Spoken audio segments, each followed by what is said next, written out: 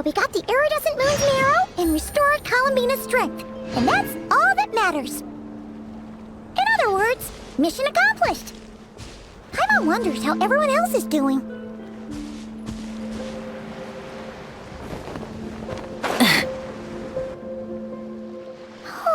Do you think the others are making good progress? Hope it's all going smoothly. Oh, hey look! They made it back as well! Flint's, Lama!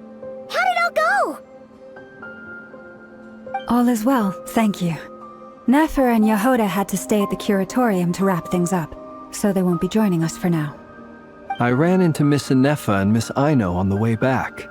Their work is still in progress, so I suspect they won't be back for a while either. You seem rather cheerful today, Mr. Flint's. I certainly am. I achieved what I set out to do and came away with more than I bargained for.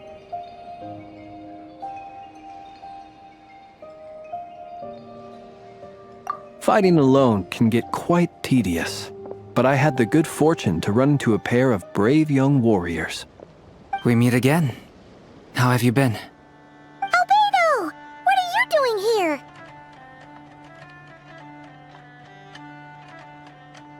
Thankfully, tracking you down turned out to be a lot simpler than we envisaged. These two courageously lent me a hand while I was fighting the wild hunt. When they told me they were Servarka's colleagues, it all made sense. And given how people of outstanding talent tend to cross paths, it's no wonder you're already acquainted. So, who's your travel buddy, Albedo? Why don't you come and introduce yourself?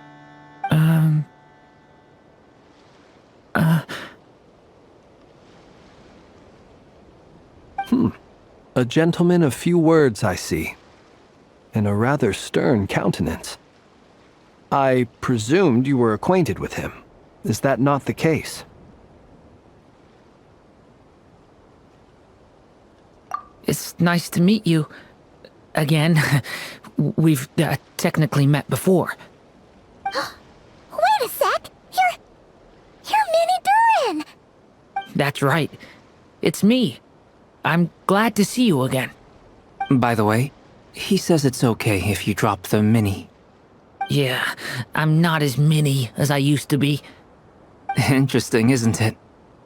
The first step towards blending into human society appears to be reflecting on whether one's name really reflects who they are.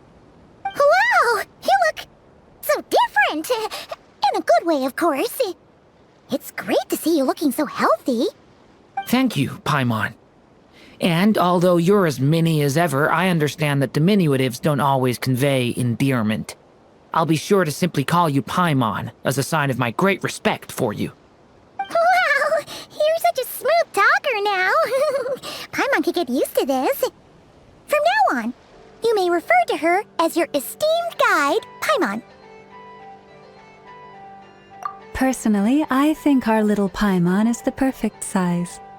When people call her Little Paimon, it's just because she's so adorable that they can't help themselves. If that's not a sign of endearment, what is? You're absolutely right, Miss Lama.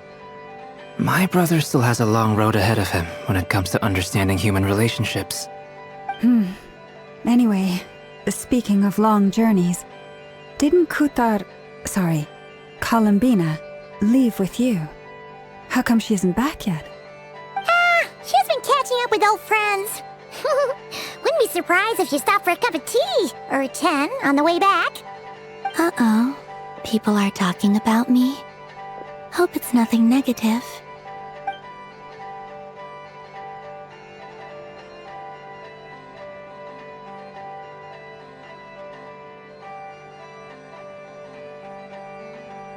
Judging from your expressions, I'm guessing it all went well? It's getting crowded here. I'll go grab some chairs. No need. This is a job for an alchemist. I'll whip some up momentarily. Thank you for your hospitality, ladies and gentlemen, but I was merely escorting my friends back. I'll be meeting Sandrone shortly, as we still have some things to discuss. It's been a pleasure, everyone. But this is where I'll say goodbye. We really appreciate your help. Oh, come on. Spare the formalities. I'm just glad I could help out some true friends. I understand. Well, bye for now, Harlequino.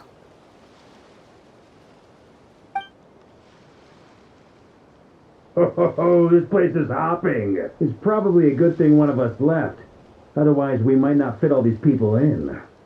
Are you saying we're about to run out of chairs? As a matter of fact, I am. Come on in and see for yourself.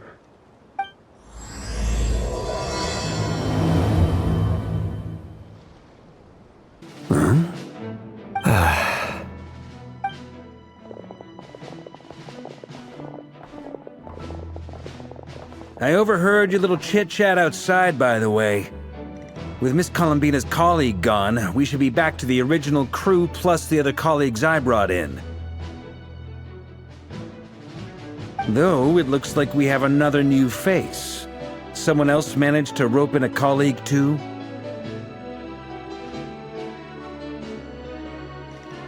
Frankly, you and Paimon are the only people I know here. This here is Deansliff, colleague of Tibet's greatest guide, Paimon, and greatest adventurer, the Traveler. Well, not exactly colleagues, more sort of friends. When someone else jumps in to do the announcing, you know you're speaking to someone important. Let's hear what he has to say. Note to self. Once Paimon knows your name, the rest of the world will soon follow.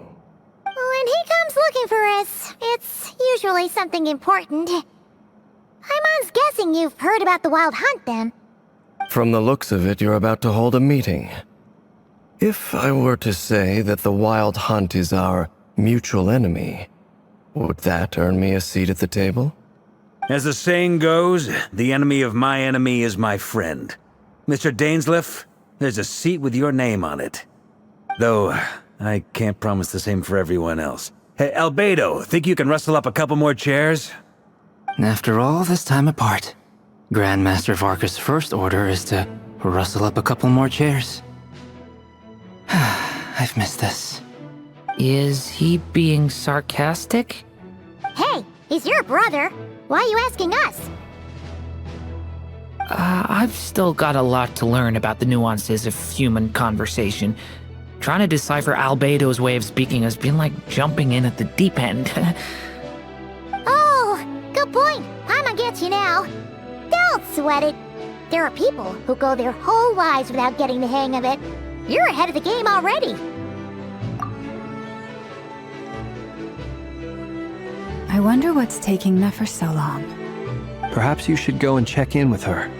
If anyone can hurry her along, it's you. I just got back from the curatorium. Besides, aren't you curious to see what's taking her so long? Miss Nefer doesn't strike me as the type to share secrets. And since gathering intel is her specialty, I'm guessing she'd prefer to keep her methods confidential. Under such circumstances, would it not be tactless for me to impose? Oh, but it's fine for me to impose. What can I say? You have an unrivaled ability to garner people's affection, Miss Moonchanter. Besides, you have far more in common with her than I do. All right then. Impressive. She barely fought back at all. I admire your powers of persuasion, my friend.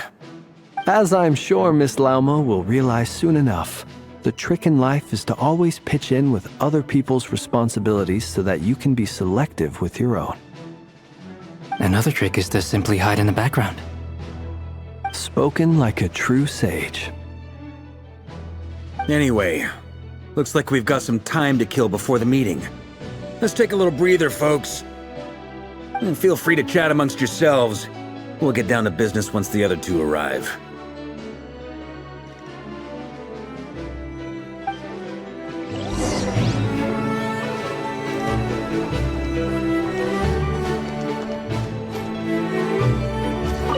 Truth be told, I can't remember the last time I was in a meeting with so many people. You're not alone there, my friend. The Lightkeepers also struggle to bring everyone together for a serious discussion. I don't doubt that. I've only ever met two Ratniki, one being you, and the other being that young guy, Itlua. Itlua's a good apple. I'll give him that. He's kind, honest, and regularly delivers supplies to my lighthouse. A true Ratnik to the core. In that sense, he puts me to shame. So you're what? A fake Ratnik? That's what it sounds like you're saying. But I get the feeling that's not quite what you meant.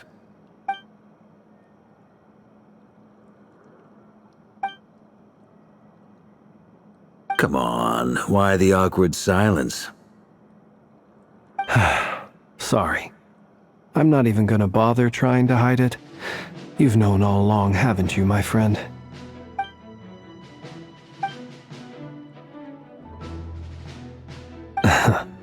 Now that was an awkward silence. Let's just keep this between ourselves. Probably best if Itlua doesn't know, huh? That goes without saying. Gotta be careful what you share with youngsters, after all.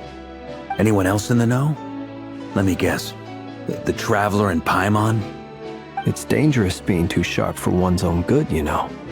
Then, in the name of the Animo Archon Barbados himself, I swear, your secret's safe with me. When we went for drinks, you said that you and Barbados were practically best buds. In the light of that claim, do you really expect me to take your oath seriously? Of course. Just as long as you don't go spreading around the fact that I'm close with Barbados, all right? Fair enough, then. Nothing like a bit of mutual leverage to seal the bonds of friendship.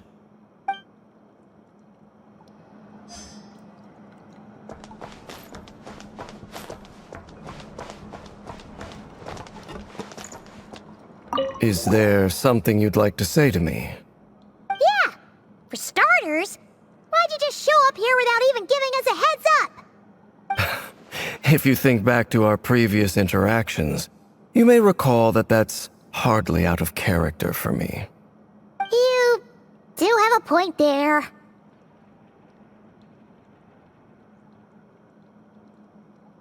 Oh yeah! You'll need to find somewhere to stay the night too, right?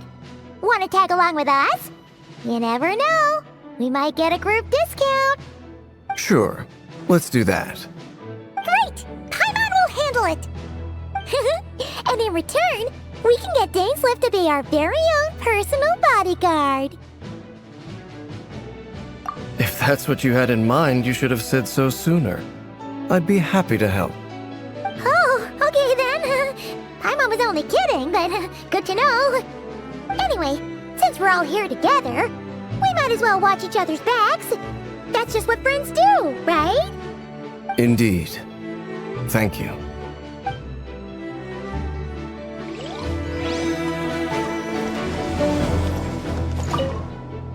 You're both awfully quiet. Why don't I start us off with an icebreaker? Much obliged. Have either of you ever had your portrait painted? If not, I'd be glad to help. That sounds like a lovely idea. You know how to paint, then? I dabble occasionally. He's an excellent painter. Tables, chairs, people, dragons, you name it. He'll paint it for you. I'm flattered. If I ever get the chance, I'd like to give it a try myself. I'll bear that in mind. Anyway, how about you, Durin? What sort of portrait would you prefer? Oh, I'd be fine with anything. Whatever style feels best to you.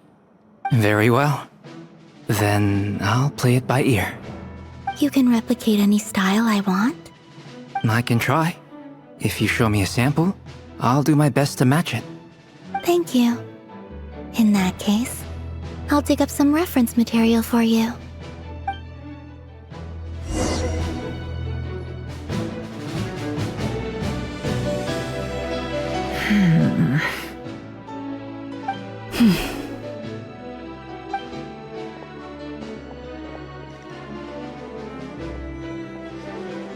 Ah, Miss Nefer. You made it after all.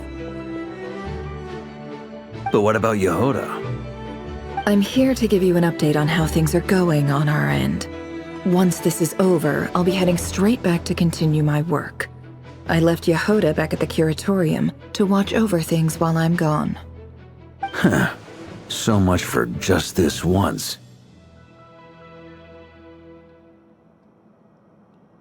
Shh! Not so loud! We're on a roll here. What if she remembers and suddenly decides to back out? Did you say something, Mr. Varka? Huh? I didn't say anything. Right, Flints? Must have been a frog. They get so noisy around here at nighttime. It's like they're putting on a concert in the background. Anyway, before we begin, there's a few introductions to make. Let me start by saying that it's an honor to be speaking before so many distinguished colleagues and collaborators. First up, we have Miss Lauma. As Moon Chanter, she's the leader of the Frost Moon Scions, a local religious community in Nodcry. Then there's Miss Nefer, boss of the Curatorium of Secrets, an intel gatherer extraordinaire. Nefer is leading the investigation into Rerer's background, assisted by Yehuda and Lauma. From the little I've heard, they're making some great progress. Over here, we have Mr. Flints, a ratnik and guardian of the abandoned lighthouse. In our last operation, he courageously distracted the Wild Hunt to buy time for the rest of us. For those of you who've never met, this is Mr. Albedo, a renowned alchemist and captain of the Knights of Favonius investigation team. By his side is a new face for us all, myself included, Mr. Durin, who has come to lend his aid.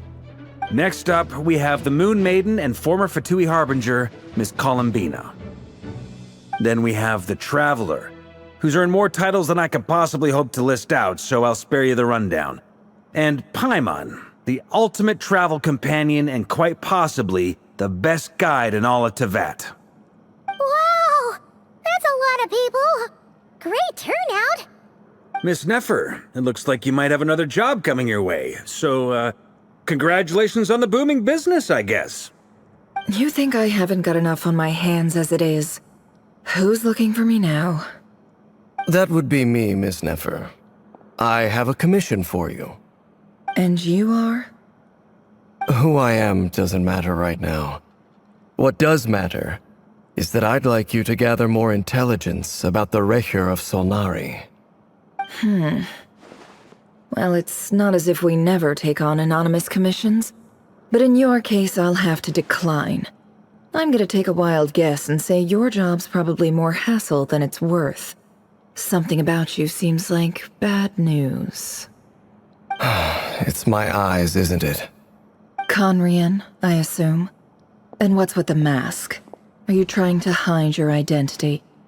In any case, the fact that you're even still alive raises an awful lot of questions for me. My name is Dainsleif. And yes, I am from Conria. As I'm sure you're aware, the Recher of Solnari's real name is Rerir. He was once an acquaintance of mine. Really? Then you must have been quite an influential figure yourself. You flatter me, but none of that matters anymore. My point was simply to clarify why I have asked Miss Nefer to investigate Rerir's background. So you're both from Conria, and it sounds like you used to be friends? What am I missing here? Surely you already know how he became one of the Five Sinners. I'll tell you everything I know. The history of Conria, the names and identities of the Five Sinners. I remember it all like it was yesterday. I have never spoken openly of this before, but the truth was exactly as people say. The Five Sinners were each driven by their own desires, and it was by playing upon these that the Abyss tempted them to their fall, tearing Conria apart in the process. The visionary, Vedifenir, who wished to foretell the future. The wise, Haroptatir, who sought limitless knowledge.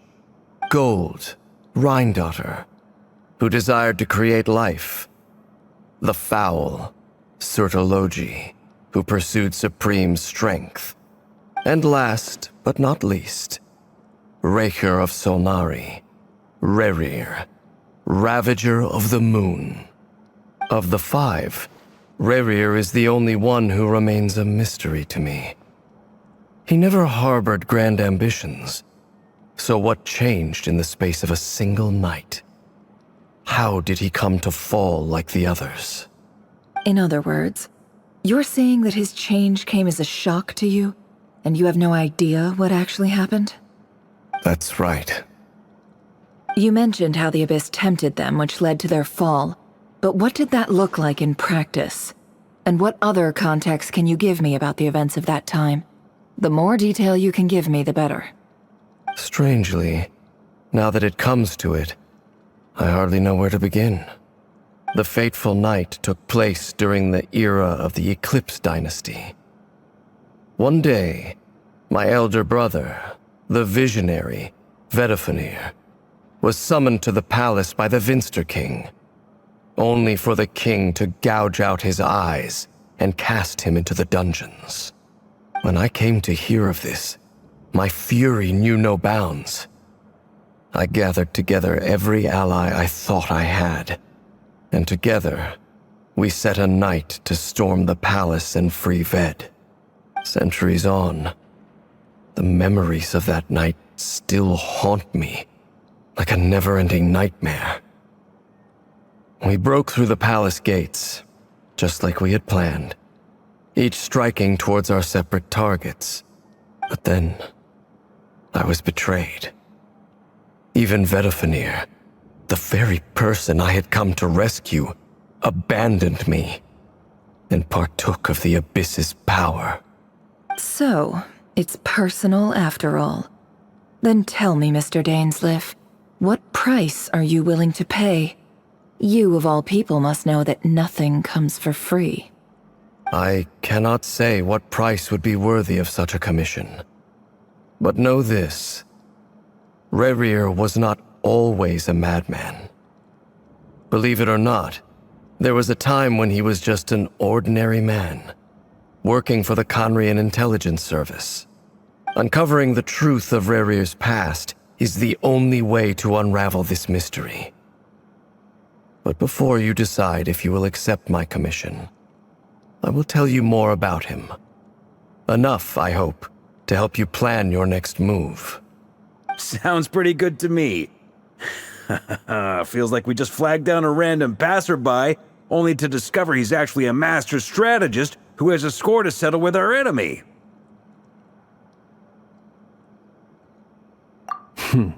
Can I borrow your halo? It could be useful in the lighthouse. Hey, enough with the wisecracks! Besides, isn't that lamp of yours bright enough already? Relax. It was meant to be a compliment. If that was a little over the top for your liking, I'll make sure to tone it down next time. I'll give your proposal some serious thought, Mr. Dainsleif. Let's speak in private once the meeting is over. Before that, there's a few things I'd like to share.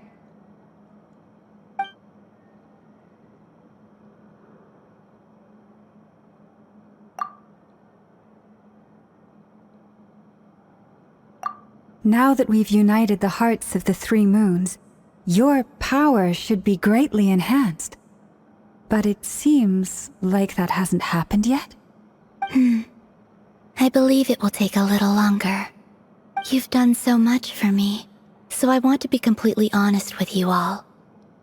Even though I'm doing a lot better now, the truth is, my recovery will likely be an ongoing process. From the moment I was born, my power has been slowly ebbing away. And that is because Tevat has never accepted me. Even with the moons united as one, it seems my rejection cannot be undone. So far, I have yet to find a solution. It may turn out to be a problem that will plague me until the day I finally leave this place behind. Even so, I will do everything in my power to help you drive out the Raher of Solnari. As Arlecchino put it, this is not about chasing the spoils of victory. It's just a gesture of heartfelt gratitude. Kutar.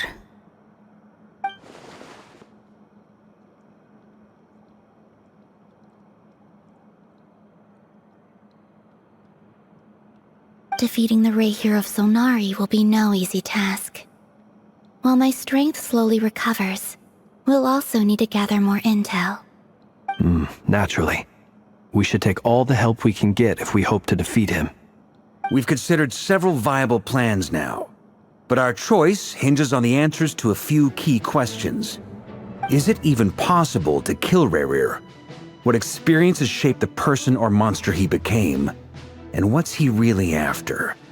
Given Albedo's expertise in alchemy, I think we should leave him to try and answer the first of these questions. Understood. As for the other two, I'm afraid we'll have to count on you again, Miss Nefer.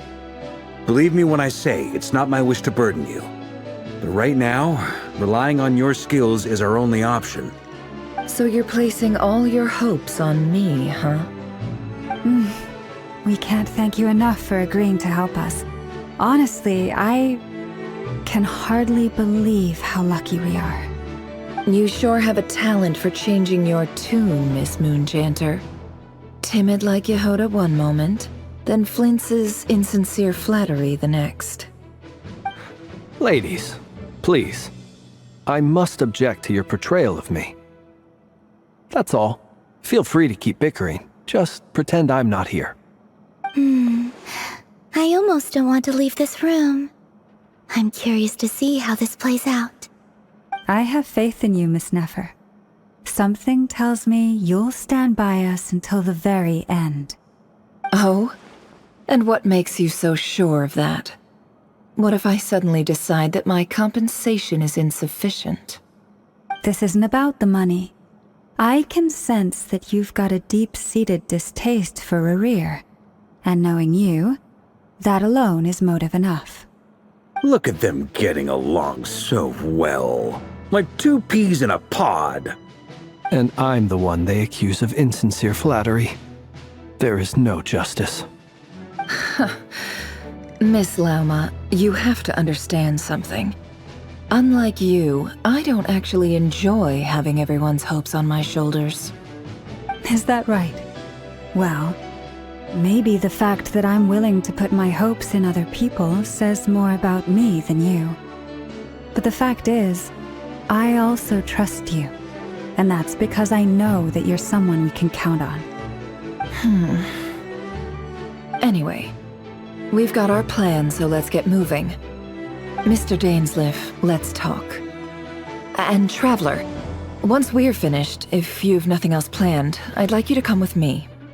This whole experience is teaching me a lot. For instance, I now know that when other issues come up in the future, I'll have far more luck getting Lauma to convince Miss Nefer than trying to do it myself. Hate to say it, friend, but that's one of the funniest things I've heard in a while. Why? You think I've got it wrong? Quite the opposite. But what makes it so hilarious is how long it's taken you to realize.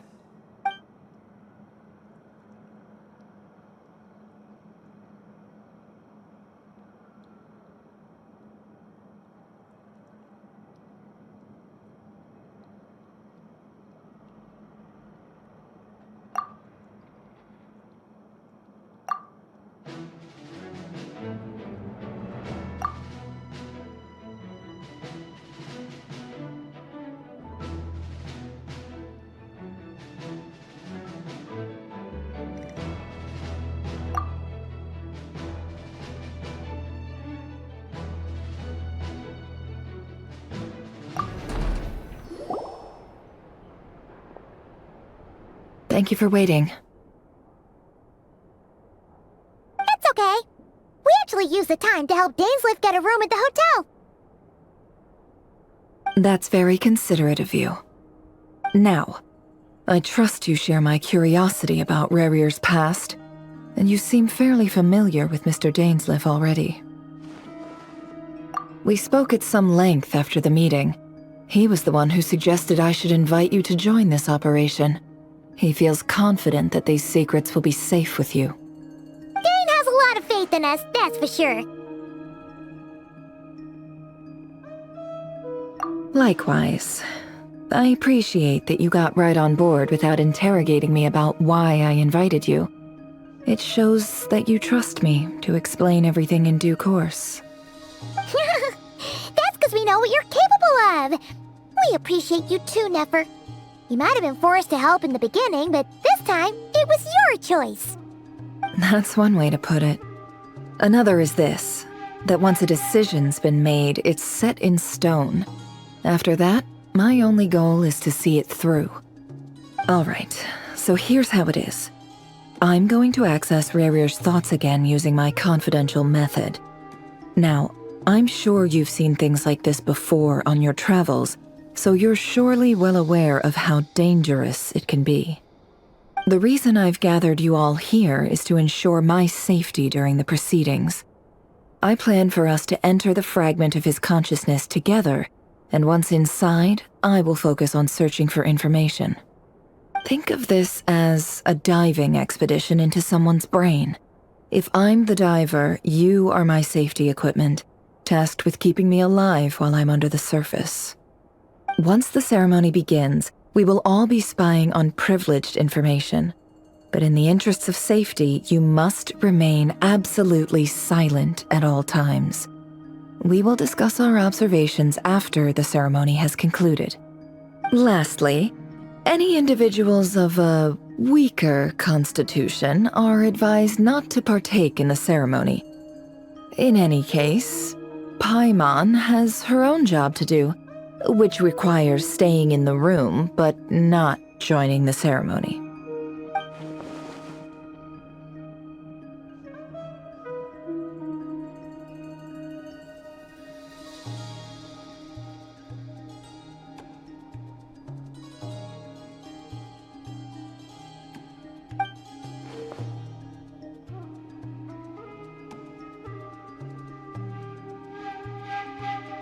Well, good luck, everyone. Sounds like all Paimon can do is cross her fingers and root for you guys. There's a little more to it than that. I was being serious when I said you have a job to do. While the rest of us are inside Rarier's mind, it's imperative that we have a team member on the outside. In the event that something goes wrong, you will be our first responder. I don't anticipate any issues, but the extra level of safety will be greatly appreciated. I second that. This is a dangerous operation here, and you're our whole rescue team. That's pretty much the most important job in the crew. So, Paimon's like the lifeguard? Yeah, that makes sense. All right, got it. Good. Please, take a seat. We'll get started momentarily.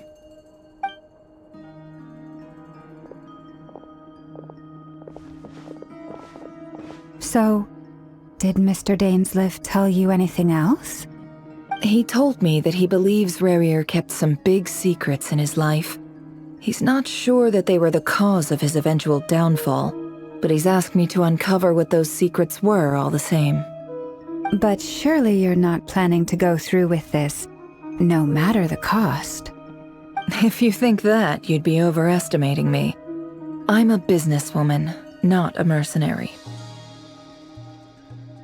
But I do have my own professional reasons for taking this job. You think I'd turn down the opportunity to get a first-hand glimpse into Conrian history? No chance. Well, as long as you don't let morbid curiosity get in the way of safety concerns, we're good. We'll do whatever we can to help you. You're such a killjoy.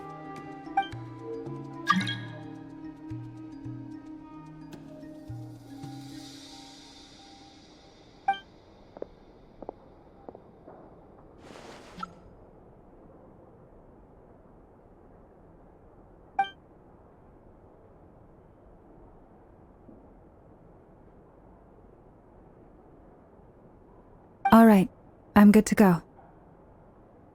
All set over here, too.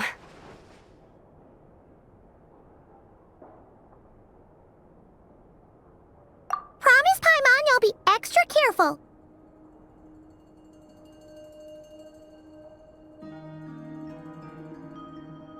All right. Let your whole body relax. We're about to begin.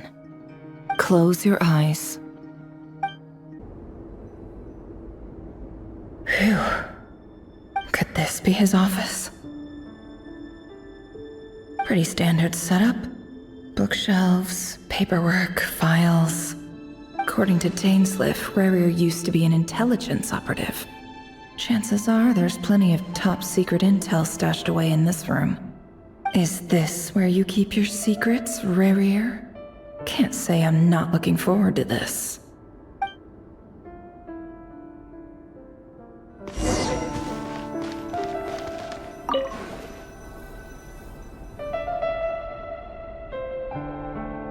Today's files are in. Time to wade through them, just like usual.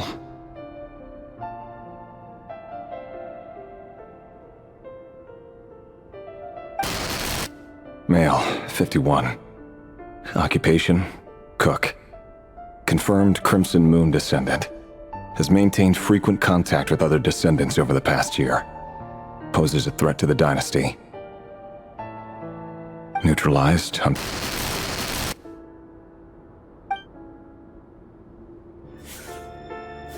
This one should be archived under purged targets.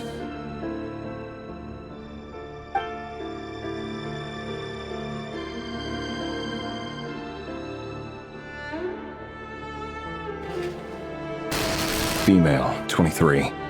Occupation, office clerk. Confirmed Crimson Moon descendant. Has maintained frequent contact with other descendants over the past year. Poses a threat to the dynasty. Neutralized on...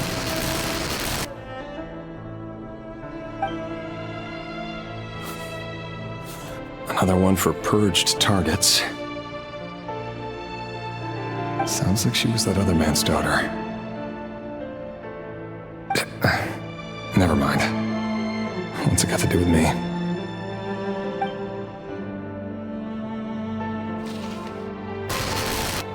Male, 40. Occupation, teacher. Confirmed Crimson Moon descendant. Has been observed making contact with other descendants during the past year. Poses a threat to the dynasty. Neutralized on...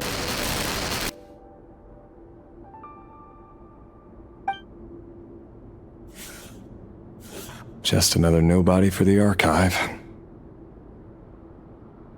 Come to think of it, I remember surveilling this man. A case like his never would have been considered a priority in the past.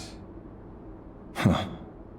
He barely even interacted with other Crimson Moon descendants.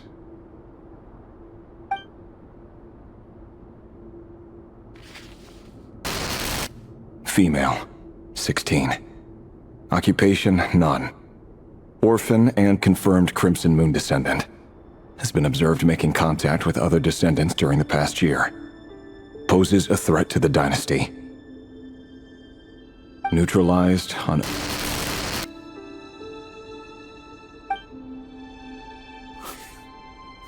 Filed. I have no recollection of this girl. None whatsoever. She doesn't seem to be anyone important, but then again, how many of them really are?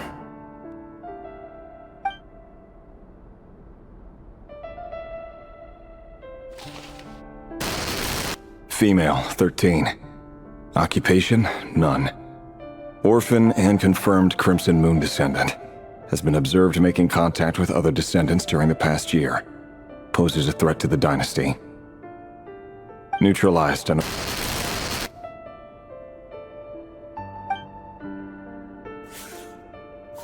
Filed.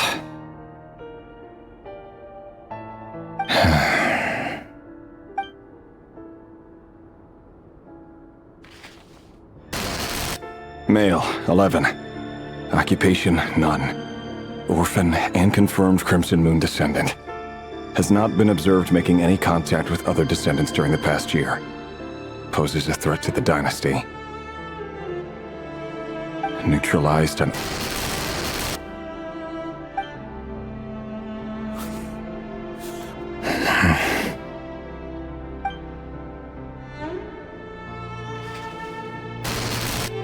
Male, 6. Occupation, none. Orphan and confirmed Crimson Moon descendant. Poses a threat to the dynasty.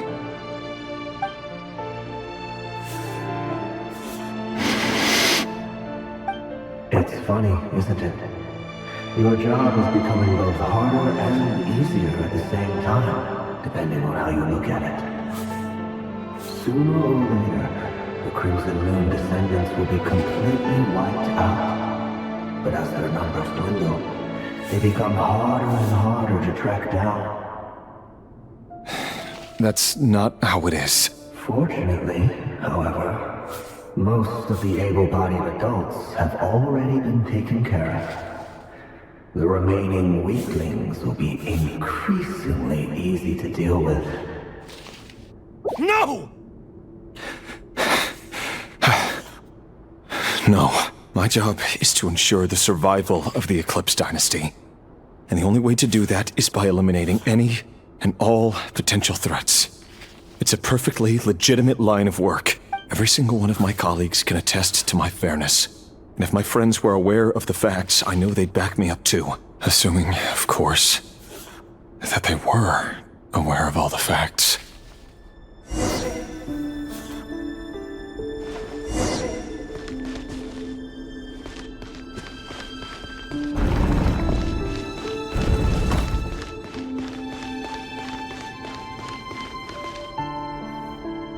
Mr. Vedifalnir, it's been quite some time since we last met.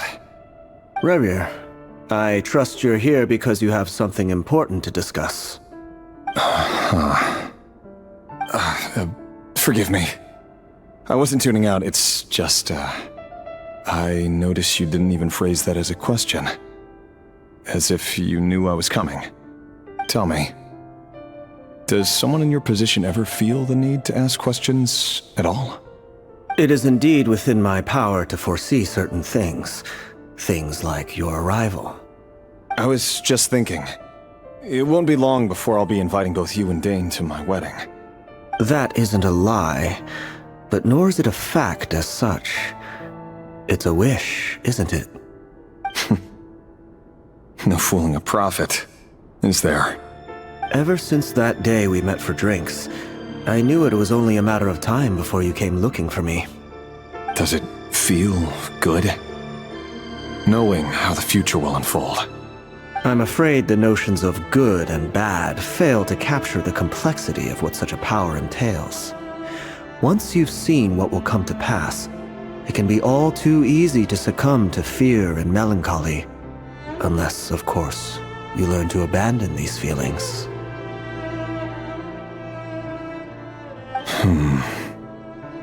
You fear my silence, and long to hear the words I left unspoken that day. That's right. You must have noticed my reluctance to broach the subject. And the reason is simple. Because the truth could never have lived up to your hopes. For both our sakes, such words are better left unsaid. The burden of prophecy was never meant for your shoulders. So who exactly do you deem worthy to hear your prophecies? None but our exalted king? Or rather, our king as he once was. You're closer to his majesty than I am. You must know better than anyone how much he's changed. You say that as though it is to my benefit. Yet precisely because of that, I dare not speak rashly. A king can turn out to be the most virtuous of rulers, or a tyrant more terrible than the most vicious of dragons. You are so wise and far-sighted, yet still you would have me live in fear of the unknown? You make a fair point. Especially given my silence alone was all it took to send you spiraling downwards. Very well then. Let me offer you some advice. And I say this not as a prophet or a visionary, but simply as the brother of your friend. For many reasons, there is very little chance of your marriage ending in happiness. If happiness is what you seek, you should find another fiancé.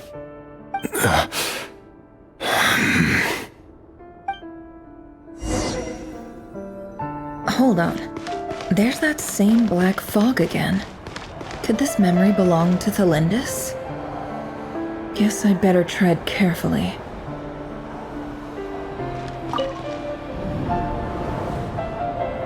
Wait. Hear me out. This time we finally got a clear look at his face and learned his true identity. His name is Rayrir, and he claims to be one of the king's guards. What did you say? A cruel irony, isn't it? The man you're set to marry leads a double life as a brutal executioner. Why are you telling me all of this now? Simple. It's because I want you to kill him. You are the only person he would never suspect. No, absolutely not. I would never dream of doing such a despicable thing. So you'll just stand by and watch him slaughter us to the last. Do not forget that the blood of the Crimson Moon flows in your veins too. The blood of the Crimson Moon? What does that matter now? The dynasty has long been dead and gone. You think that alone is reason enough for me to throw away everything I have? Why wouldn't it be? You too were once a child of the Crimson Moon, just like me. Don't tell me you've never felt so much as a flicker of fury for the way we were trampled into the dust. As long as you promise to abandon this pipe dream of restoring your dynasty, I can try to persuade him. Or have him persuade the Vinster King. Persuade the Vinster King? Do you even know why he's so obsessed with hunting us down? Why he keeps trying to force us to hand over our secrets? Over and over again? Or why we refuse to give up on restoring the dynasty? The Vinster King. A blind fool. His eyes clouded by powers from beyond this world. A petty little man with a miser's heart. And he dares to sit upon the throne? Mark my words. Sooner or later, Conria will fall. And it will be his doing. If you can't bring yourself to do it, so be it. Just you watch. It won't be long before calamity descends upon us all. The Rayrir of Solnari. That really is quite a secret you've been keeping from me, Rayrir. But who am I to talk? Am I really any better? I've kept my own past a secret this whole time too. Love should be built on honesty. But ours was born from lies. And yet, is it really so wrong to hide things that would only make life harder? If we don't cover up the parts that no one else should see, how can we go on pretending to be normal? Vedifulnir must have known all this. And that's why he made his prophecy. In the end, nothing stays hidden forever.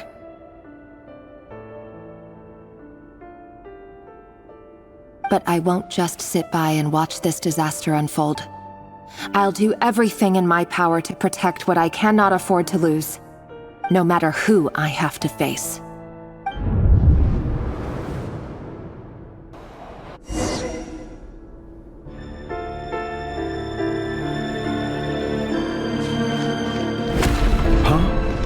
Was that Rayrir who just walked past the window? Give you the chills that he still takes the same road to work every day, as if nothing ever happened. Those people at the deli. Enough already. They're clearly pretty taken by their own disguises, so just smile and play along. Pull the rug from under beasts like that, and you'll risk having your throat torn out. Deli? They're talking about those people from the opposition. Right. I'd almost forgotten they used to run a deli. People of no consequence always vanish so easily. And no one even remembers them.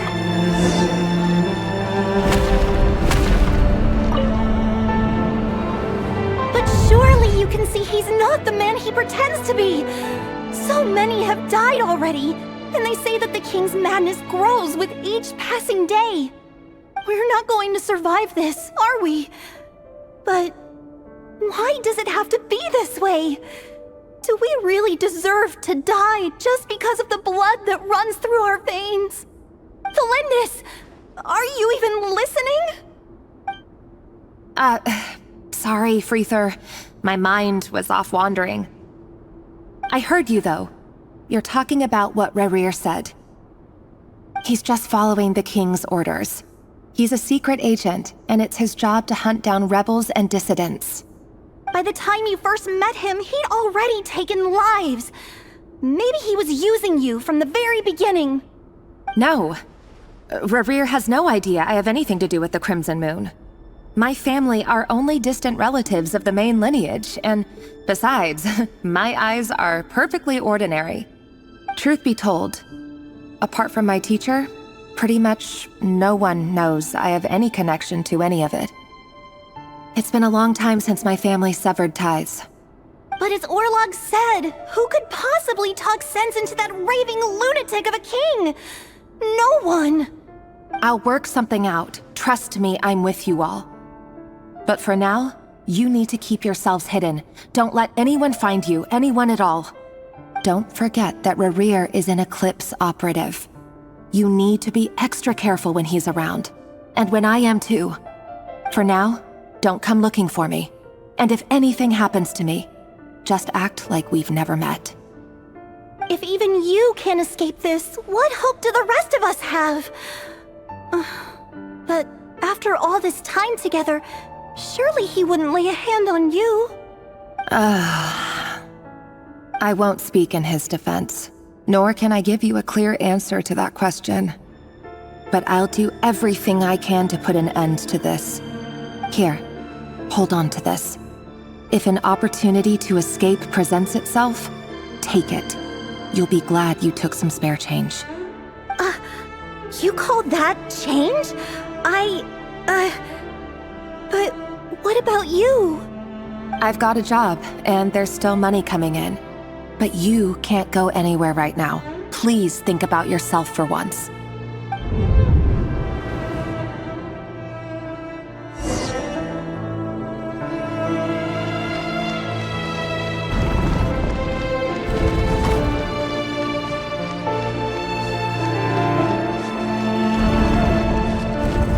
Another day, another round of assassination training.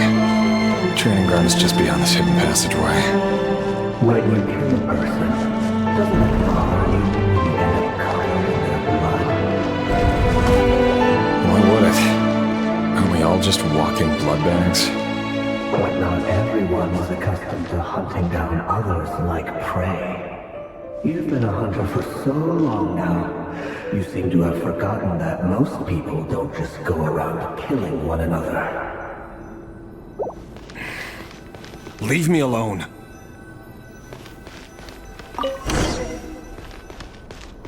Make sure you have a firm grip on the handle, and choose your angle well. Keep your movements light and brisk, and the prey won't sense a thing. Now that, I'll bet no one ever died a quiet death at your hands. I work clean. No traces.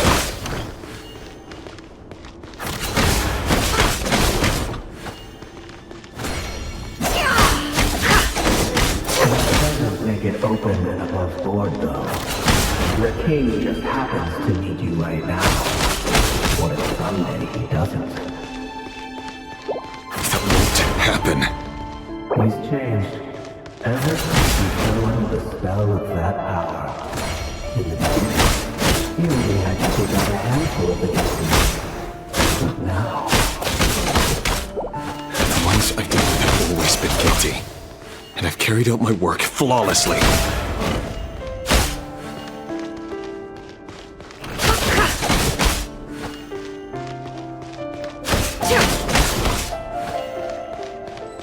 No more lies. It all adds up. You know I promised or because he didn't trust you, or something else. No!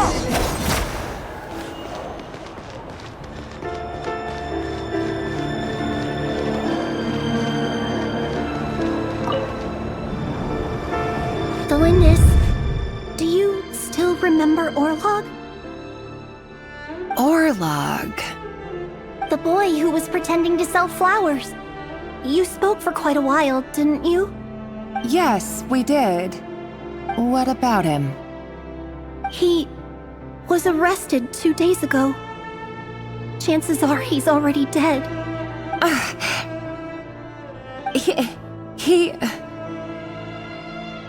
I just don't get it! After everything he's done, why do you still stand by him? Or does it mean nothing to you that people keep dying?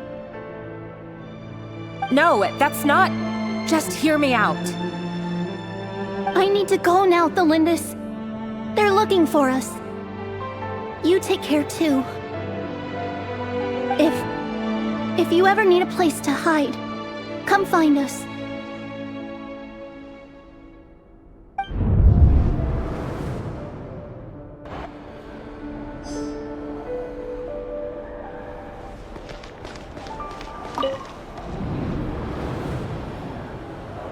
Author Thelindis. Over the course of this week, the research object was subjected to interference for a total of 47 hours for experimental purposes. The results are as follows. All subjects of observation that were sent inside have now...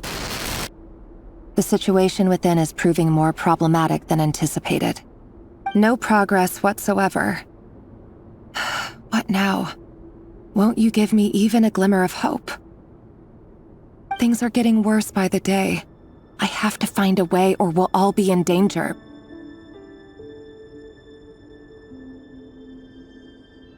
But I...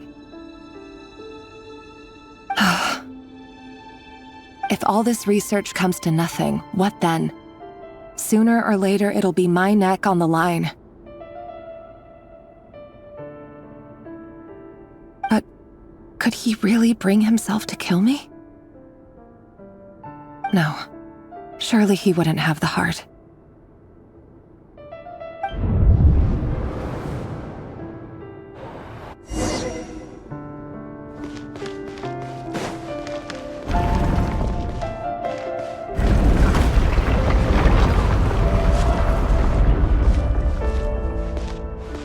Why won't you just let us go? We don't even know each other. All we want is to live ordinary, peaceful lives. You want to live?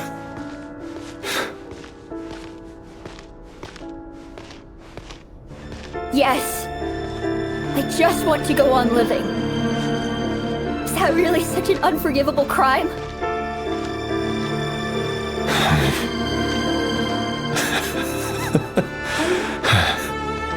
You want to go on living. I want to keep living too. To keep living forever. That's why I have no choice but to continue on the path I'm on. If only some savior would suddenly swoop down and change the way the world is. Too bad that's not going to happen. Imagine that. If there really were such a person, you and I wouldn't be standing here like this, would we?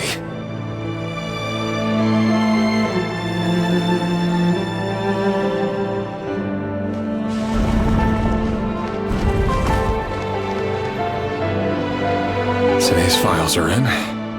Time to wade through them just like usual. No, I don't get tired of it. It's my job. And not only am I lucky to have it, I'm good at it too.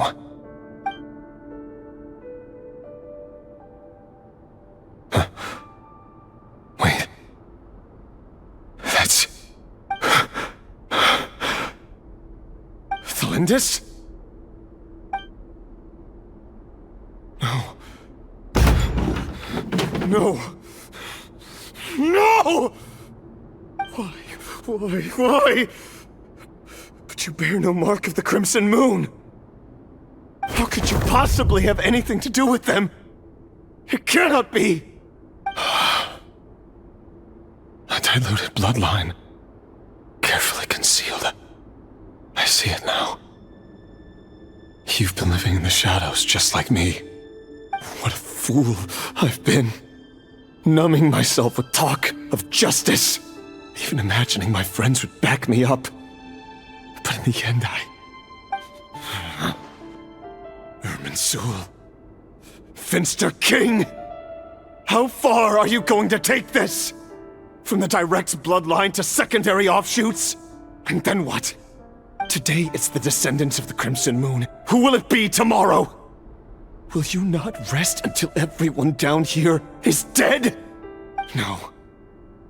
This cannot go on.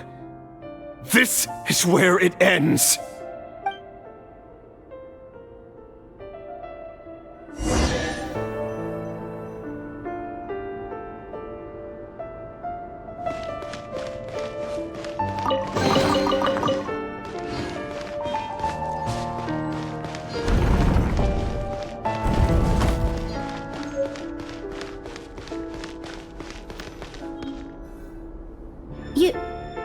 You're really letting me go? I am. As long as you can guarantee that no one will find you. Don't worry, I'll be extra careful. No one will know I was here. But what about you? Me? If you let me go, you won't be able to complete your mission, will you? Good point. In that case, maybe you should stay. No, please! I just want to see the outside world again. To... Go on living? Yes. I know you're a man of your word. So please, just let me go. If I let you leave, what will become of me? Just kidding. Go, now. But remember, don't let anyone know you were caught. We'll be seeing each other again very soon if you do.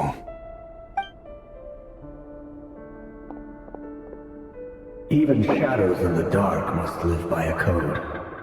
But you can't save everyone. You've been whispering in my ear for days now, Vedifilnir. What are you trying to do? Break me down? I only say this because you long for an answer to your problems. Let her go, Rerir, or you risk losing everything. I will not abandon Thelindis. Then you'll need a little more vigilance and a lot more power. The world is changing, Rerir. Keep your eyes peeled for your moment of opportunity. That voice used to be so unclear. But now I know exactly whose it is. It's Vedifilnir.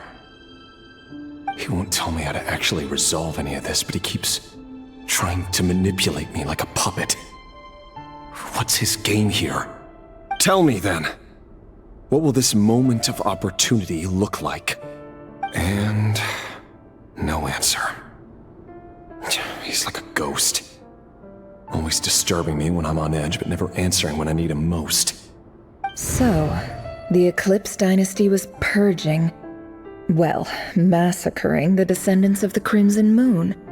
And it seems like it was all connected to the Finster King's research. The King's obsession with abyssal power left the future of Conria hanging in the balance. No wonder every aspect of Rerir's life was so unstable. And it looks like this Thelindis, Rerir's would-be fiancée, herself belonged to a sub-branch of the Crimson Moon Dynasty's descendants. It almost defies belief that a couple like them could hide the truth from each other for so long. If the Finster King hadn't intervened in such a drastic way, they might have gone on deceiving each other for the rest of their lives. And why does Vedifilnir, Dainslif's older brother, keep talking in Rerir's head? This guy kept more secrets than I ever imagined. The human mind is like a vast desert of shifting sands. When you follow the flow of someone's memories, you only ever see the parts they're willing to let surface. Time for something a bit more creative. We've been inside Rerir's mind this whole time, building up a picture of his psyche. There's already enough clues on the board to start reading between the lines and mapping out the rest. Now, we can finally begin to put the pieces together. Sure, it'll only be a reconstruction, part simulation, part reasoning, but it's usually pretty accurate. Once we've built up a cognitive profile, we just need to cross-check the logic behind his actions. And then we'll be able to take a sneak peek at whatever it is that Rerir has really been hiding.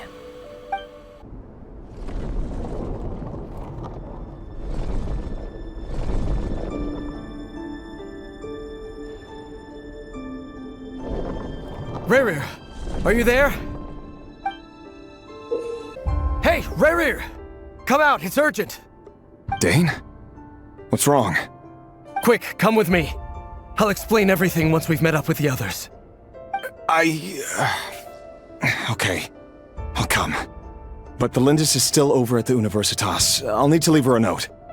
All right then, but make it quick.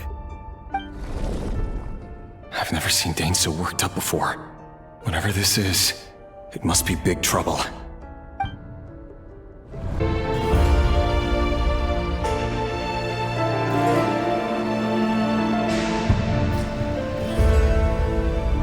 Well, this is a nice change, meeting you all at this hour. When men and women of ambition can speak face to face in broad daylight, I say that's a big step forward for our dear Conria. Don't be ridiculous. We do not fear the day. Why would we seek refuge in the night? You might ask your blade that same question. I'm told it prefers the cover of darkness. The word on the street is that Sertologi only strikes when he has an unfair advantage. But that is patently false. I see you're missing an arm and a leg. Surely only a fair fight could explain that. If this is your way of offering me replacement limbs, believe me, I'll take them. Oh, we can certainly discuss that. With bioalchemy, anything is possible. Assuming I have your full support in my research. Lunatic. Roptatir, what brings you here? Why, Dainsleif, of course. He invited me. Please, cast aside your apprehensions, Miss Rhindaughter. Whatever the rumors may say, I am but a humble servant of the king, and I can assure you he affords me no greater convenience than he does you. Well, the Universitas Magistrorum won't stop fawning over you, so at least some of the rumors must be true. You're clearly doing well for yourself, so drop the humble servant act. It endears you to no one. You're president of the Universitas Magistrorum, the chief royal mage known as the Wise by royal appointment, and by far the most favored among the 4 pillars of Conria. Vice President Veit doesn't even try to hide his envy when he sees you. My success is the product of hard work and good luck. It's as simple as that. Were the king not such an extremist, I hardly think I would have received a senior post at my age. Of course, no job is without its gripes.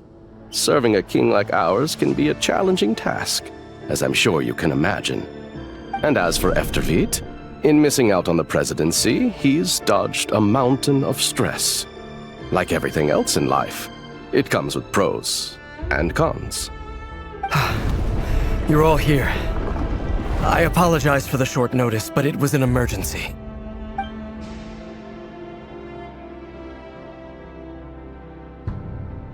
You must be Rerir. Mr. Sertologi. Yes, I handled your case file during your sentencing. Nothing personal, of course. I'm pleasantly surprised that you remember me. You're clearly a person of substance if you've been invited here.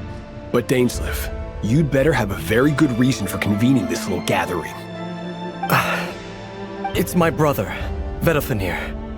After he spoke at the court this morning, the king was so infuriated by his words that he had him blinded in both eyes and thrown in prison. Vedofenir in prison? Strange. I thought the king trusted him and Roptatir more than anyone else in the world. Does this mean the king's circle of trust just got even smaller? It has nothing to do with trust. It's about what the king wants. which is as clear as day to anyone paying attention. I simply appease him, because it's in the best interests of the Universitas Magistrorum. And also because you're slimy. Vedafilnir, perhaps less so. But still, a visionless visionary? It rather inclines me to think that qualifications are not what get you ahead in Conria. Do you honestly think this is an important discussion to be having right now? Dane, what are you planning to do? Rescue Vedafilnir, I assume. Correct. It will mean storming the palace by force. Tonight. I need all of you on my side. That's far too dangerous. And don't forget, Dainsleif, you're captain of the Royal Guard. You swore an oath to the throne. You've been planning this for a while, haven't you? I have no desire to commit treason. But whatever critique the king may have of Vedafilnir, disfiguring your most loyal subject for putting the best interests of his court and nation first, this is not the conduct of a wise ruler. My blade will force the king to see the error of his ways. So, Vedafilnir's prophecy enraged the king. I'm sure it wasn't what he wanted to hear, but if he won't take counsel even from the visionary, that is deeply troubling news. The extent of His Majesty's madness is now all too clear. The question is, how does a man like me get out of this situation unscathed? You have noble ambitions, Dane, but I'm afraid they don't do much for a guy like me. I'm not interested in saving the world. All I want is a letter of pardon. A letter of pardon? For whom? Thelindis? The chances of the Vinster King issuing a pardon for anyone connected to the Crimson Moon seem vanishingly slim. Author Thelindis. Over the course of this week, the research object was subjected to interference for a total of 60 hours for experimental purposes. The results are as follows. Research dating back to the Crimson Moon Dynasty has established 2 points regarding moon marrow. Firstly, its origins have something to do with a god's power. Secondly, it serves as a portal to an as-yet indeterminate location. Moon marrow can thus be defined as a spatial gateway. However, there are a number of hurdles to overcome before we can answer the question of where it leads to. To start with, opening the gateway requires a specific power source, which the relevant literature indicates. An enormous amount of power is then required to keep the gate open. Currently, the total power output of our instruments remains in the single digits. To make matters worse, I am now the only staff member remaining in the Moon Marrow lab. The Universitas Magistrorum recently decided to move most of its personnel into abyssal energy research, which has stymied all Crimson Moon-related projects. This is not a wise move. I have always maintained that placing all our hopes in a single source of power is risky, especially one as poorly understood as this. As well as making ourselves overly reliant on a single resource, we are neglecting other promising technologies. I apologize if this comes across as disrespectful. But as a Moon Marrow researcher, I desperately want to see the world beyond the gateway. If we really made it there one day, what would we find? And how would we go about taming the unknown? My imagination is endlessly fueled by questions such as these.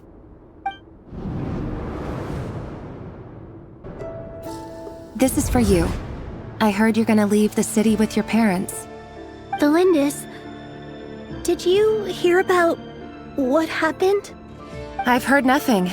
Rerir got back very late last Friday, and he was acting a little unusual, but he slept pretty well, so I'm guessing whatever he did was a good deed.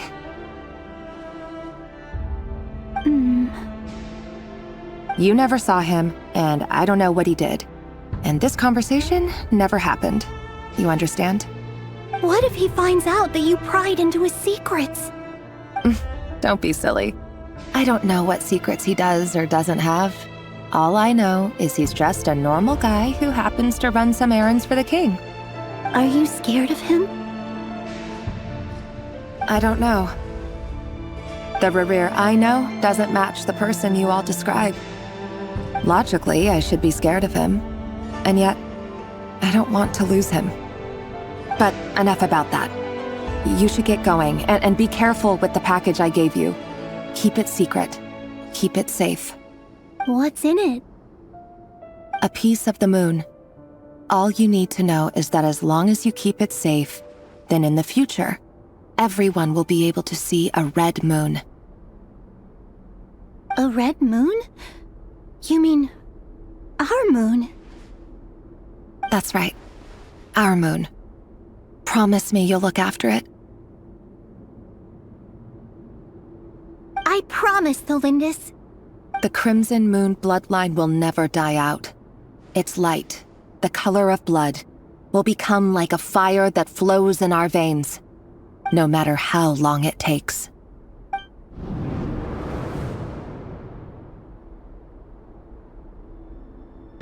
Hurry, everyone, and stick to the plan. Sir Dainsleif, what are you? Is this treason? You know what happens to those who betray the throne. Please, don't do this! It is the king himself who has betrayed the throne. He has betrayed all of Conria. If you have any love left for justice in your heart, you should join me. It's showtime. Dane and his group will handle the troops in the palace. Then Hraptatyr and Rhindaughter will disarm the security measures. My job is to enter the prison and rescue Vedifilnir. Stay safe. Wish me luck. Look after my brother. Draw your blade. It is time for justice to prevail. This place is filthy. And the smell is abominable. Clearly, the king doesn't allow his prisoners a single shred of dignity. This is dire. Found you. Hello, Mr. Vedifilnir. It's you. Surprised? Oh, wait. I guess surprise isn't an emotion that prophets feel very often. I certainly felt some surprise in the moment when I was blinded. Surprise at the king's sheer ignorance. Surprise at just how unfairly this world responds to words of earnest remonstration. I'm curious. What did you prophesize this time? It wasn't a prophecy. It was a word of warning. Someone had to say it. The king has forsaken all reason in pursuit of his obsessions. I simply told him that if he continues on this path, Conria will surely fall. But he didn't listen. Worse still, he stabbed you in both eyes and locked you away. Dane asked for my help. The court is in complete chaos now, but I'm sure you predicted that. Everything is transpiring as I foresaw, yet I am powerless to change it. Fate is an immutable force. I can but lament as the inevitable unfolds. I do wonder whether giving a man the power to see the future does nothing more for him than slowly crush his spirit. Forgive my curtness, Vedifilnir, but the king did not suddenly turn on you today. His suspicions have been brewing for a long time. You can't have wisdom beyond the reach of your fellow man without attracting his fear and suspicion. There are things the king does not want to see. So, he doesn't want you having visions of them either. He blinded you because he thought this would make the visions stop. He wasn't entirely wrong. I did indeed lose my power to see the future.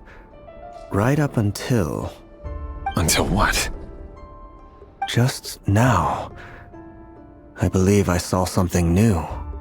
Well, tonight could go a lot of different ways. 5 of us banded together to storm the palace, also we could rescue you. This will go down as the most tumultuous day in Conrian history. I sense hatred in you, but also hope. A desperate hope that with the tyrant deposed, that will be the end of the story. But this is not the end. It is the beginning of a new chapter, in a whole new story. There are many men of honor and courage in this world, Rerir. But you are not one of them. You're not here for justice, are you? You're here for yourself. Is that a dagger? Interesting. Why not the polearm? It was always your weapon of choice. With your abilities, I don't doubt that you were able to recover some of your sight. But I also doubt that you want to make an enemy of me right now. Of course not. We're on the same side, aren't we? We could be. But I need you to be honest with me, Vedafilnir. At this point, you're my only hope for the future. You mean your future? With your beloved, Thelindis? Yes. And I know there are bigger things at stake here.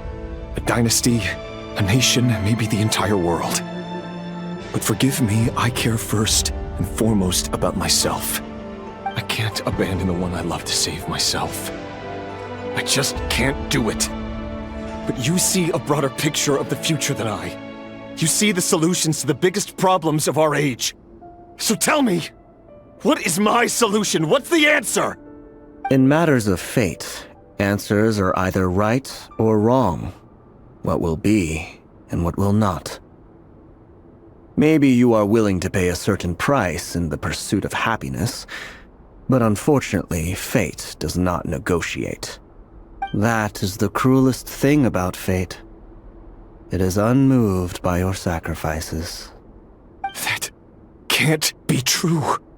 I know it's your voice that I keep hearing in my head, urging me to see how the world is changing, to seek more power, so I can protect the things I love. You show me disaster, but you won't show me how to avoid it? Why? Why are you doing all this? My voice. In your head.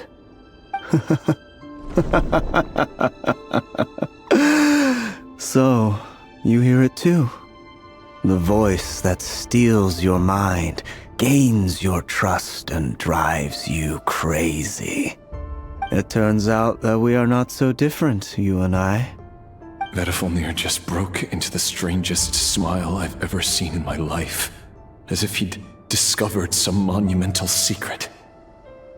But then he suddenly switched to looking extremely weary.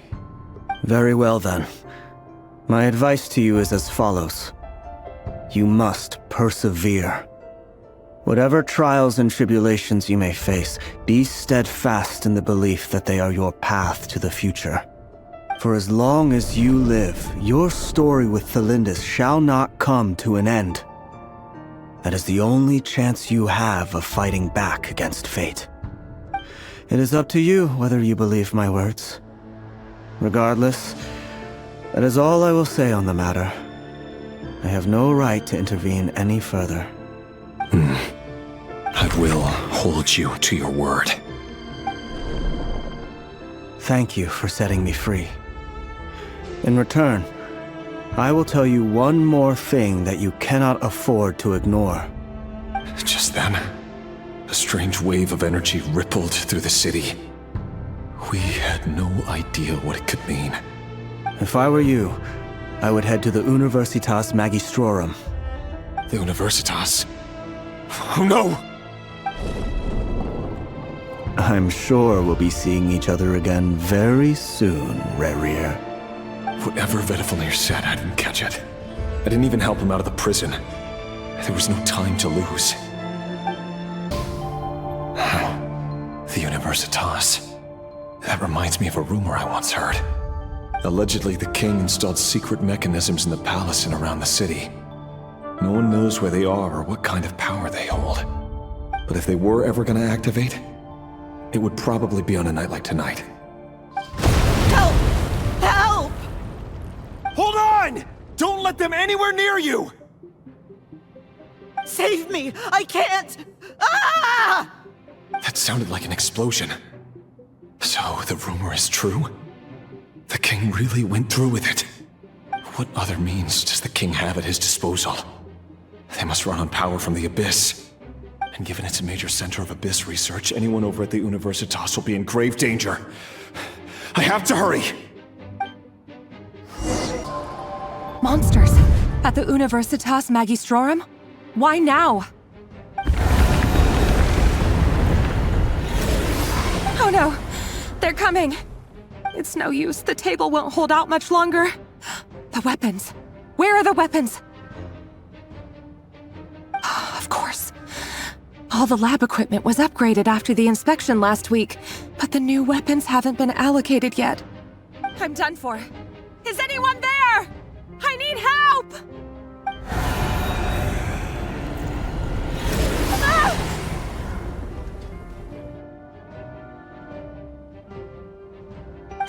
Stay back! Please stay back! Please!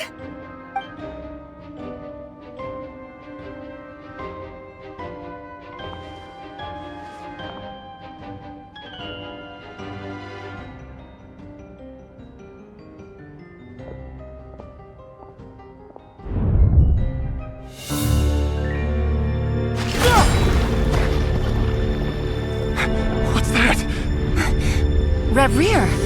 So the rumors about your work are true. What? No! Listen, something happened at the palace tonight. We have to leave! You don't need to lie to me anymore. What do you mean? I know why you're worried, and I will respect the decision you've made. But it's okay, because I found a solution. I know how to end all this. You can have it back.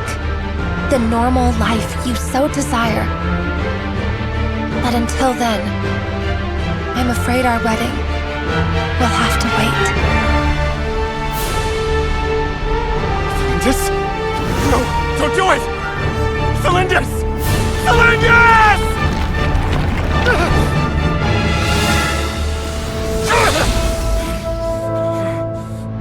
I told you, Rerir. Let her go. You will find someone better. No! No, I won't do it! I have to save her! By what means exactly? A lowly pawn. You lack the power and the strength of will. Do you know a way? Tell me! Come to the palace. Join us.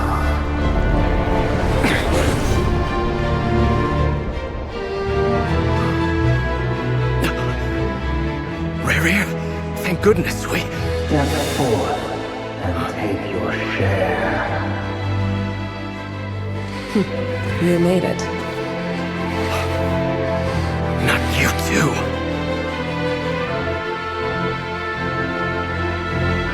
Hatred or grief, despair, desire. We all have our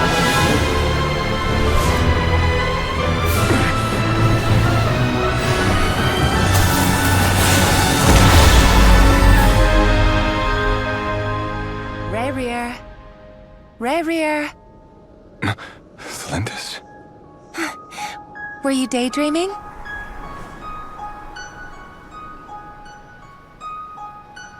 You still remember, Rerir? That question you asked me a couple of weeks ago? Oh. You mean the proposal? Yeah. I'm wondering, where do you think would be a good place to discuss it? Maybe in the garden? Or were you thinking a fancy restaurant? It's your choice.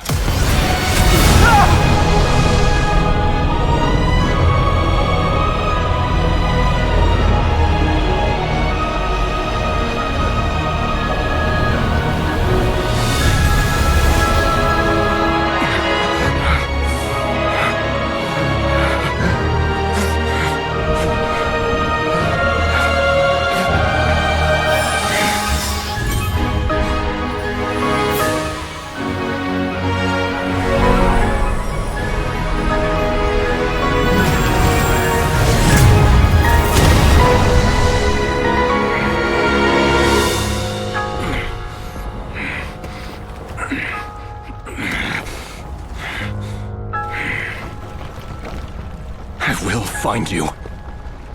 And then, you can give me your answer.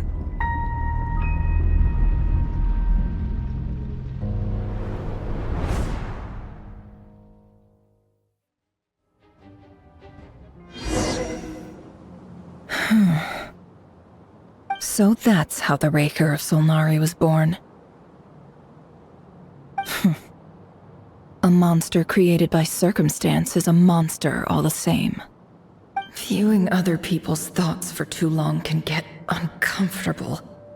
Right now, I'm feeling a strong sense of loathing. In a nutshell, the story of Conria is what happens when the truth falls by the wayside. Everyone tells little white lies, and before long, you have a huge pack of lies that destroys everything. Phew. Time to get back. His past is filled with sorrow, but the tale of any fallen civilization is one of endless tragedy. Cruel as it may be, that was Conria's fate.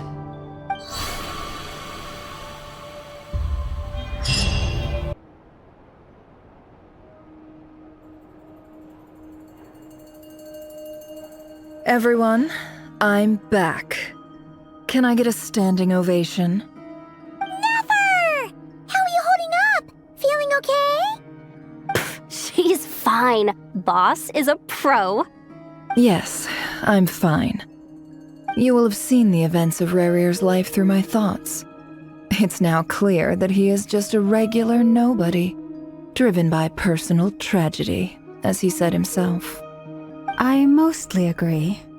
There's only so much we can know about him from his memories alone, but they did give us a clear glimpse into his life in Conria. However, I would not consider Rerir to be a nobody. He was deeply involved in the events of that era. Yet, when the catastrophe of a generation strikes, nobody is safe. Sounds to me like you're speaking in riddles again. Is this you urging me not to abandon the people of Nodcry in their hour of need? That's not what I meant. Although I do hope you choose to remain a part of the plan. Without you, the mission ahead will be all but impossible. Then try to remember that I respond better to the carrot than the stick. And I don't appreciate being bossed around. Now, as for you, Missy, you were excellent. You stuck to the rules of the ceremony and kept your mouth shut the entire time. Bravo. Cool. So, can you fill me in on the deets now? Most of what I saw went right over my head. Patience. You'll hear the whole story, don't you worry. But let's meet up with the others first. It will save me narrating it twice. Yehoda? Yes, boss. Let me get that door for ya. That's more like it. For a moment there, I was worried you'd forgotten about the first clause of your employment contract. Forgive my curiosity, but what does the first clause say? It says I gotta do the annoying stuff that boss is too lazy to do for herself. Like opening the door, pouring the tea, yada yada. Is that right? If something is in the contract, it's because she willingly agreed to it. Rest assured that the Curatorium abides by the very strictest of labor policies. You don't seriously think I'm cruel enough to treat her like my slave. In any case, I've hardly shied away from my share of the work today. Hope I don't catch Flintz and Varka lounging about in their chairs, enjoying a leisurely cup of tea. There's nothing I dislike more than other people enjoying themselves while I'm hard at work.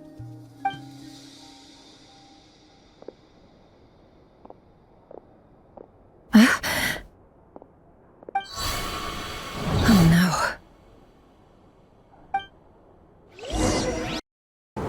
Sorry to disturb you, but we seem to have run into some trouble. Evidently so. Don't worry, I'm not about to leave you to fend for yourselves. I'm not that kind of boss. And it would go against the Curatorium's labor policy. I'm sorry? What did you hear me say? I wasn't talking about labor policy. Wait. How long have I been standing here? Not long. You just appeared by the door a moment ago.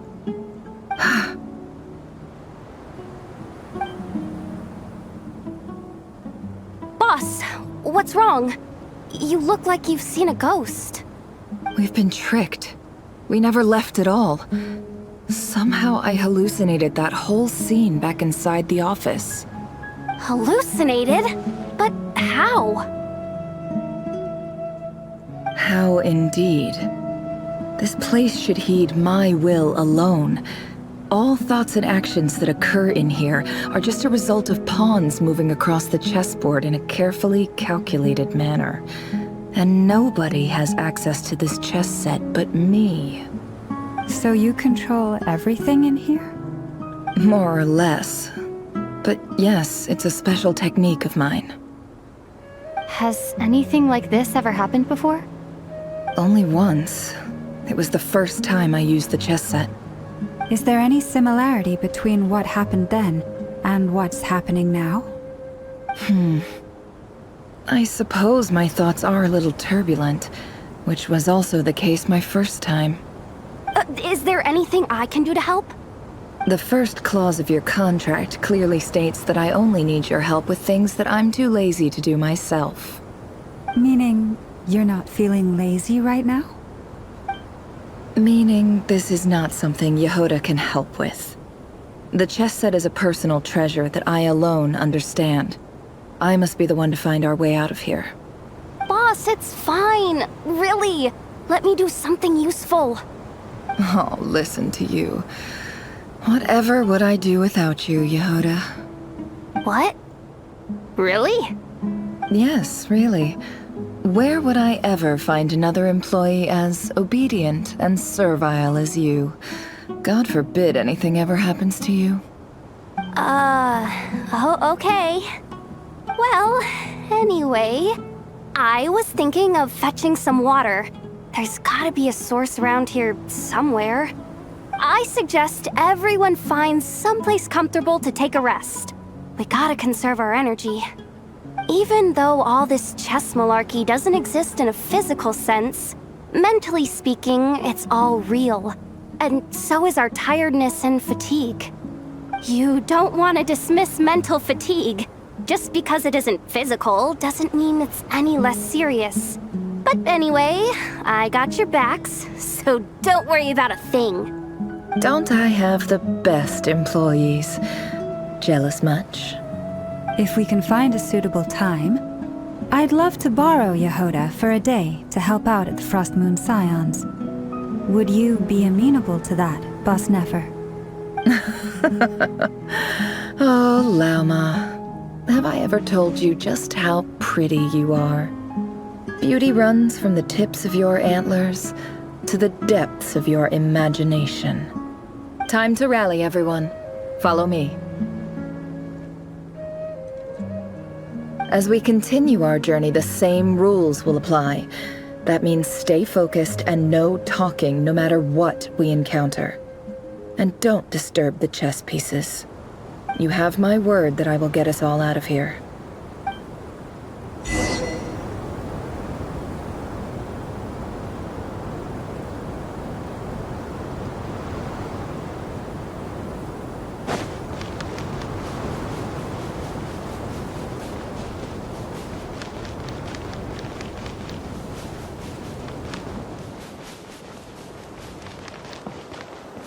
This place looks familiar.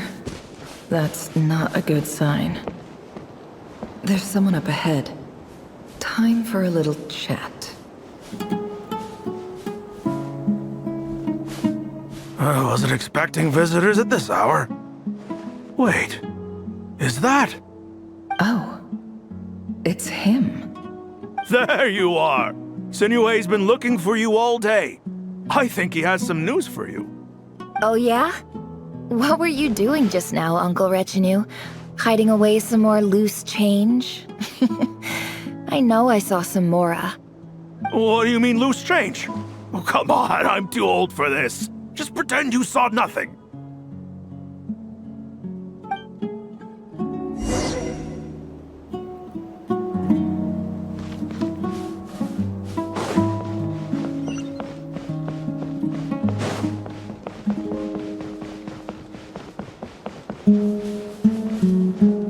Hey, kid.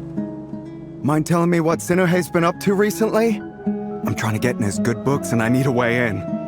Get in his good books? Why? What do you want with my dad, Uncle Apepe?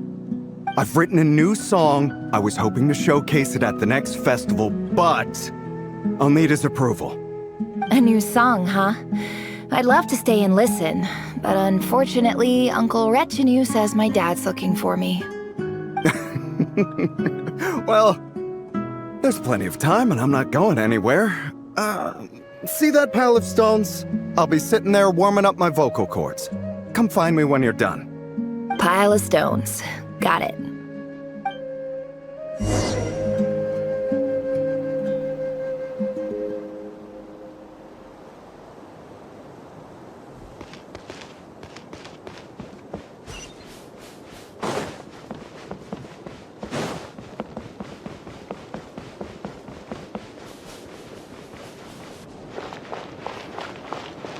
Hi, Dad.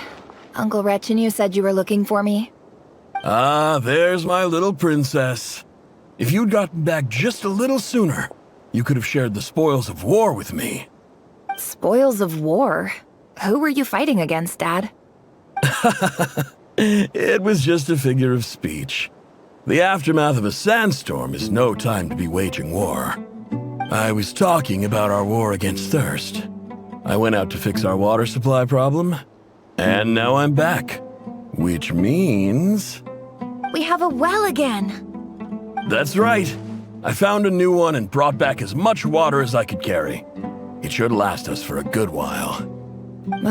If it wasn't for these blasted sandstorms, our wells wouldn't be caving in.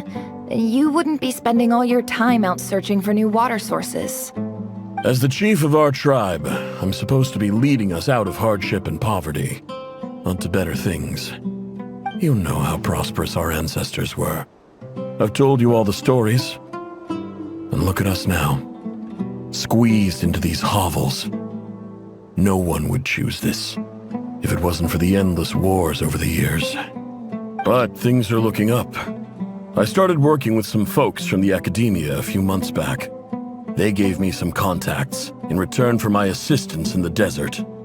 So you're the academia's helper now? Special ambassador, they call it. Think of it as a partnership. It's nothing bad, okay?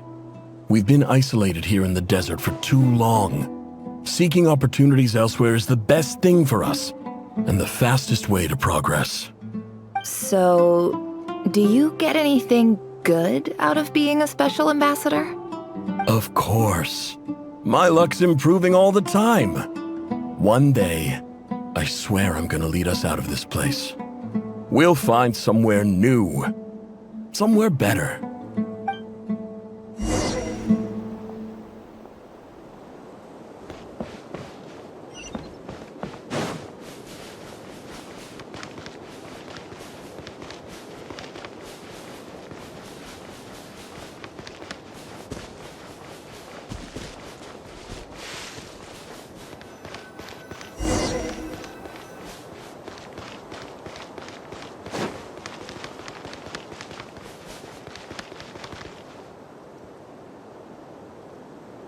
That's our well, and you know it. You stole from us. Well, you've gone from chief to thief, and now you have to face the consequences. Did you really think you could take our water without permission and get away with it? You're either brave, stupid, or both. And that Special Ambassador act? Yeah, nice try. We spoke to the academia. They said it was all news to them. You're a liar and a cheat!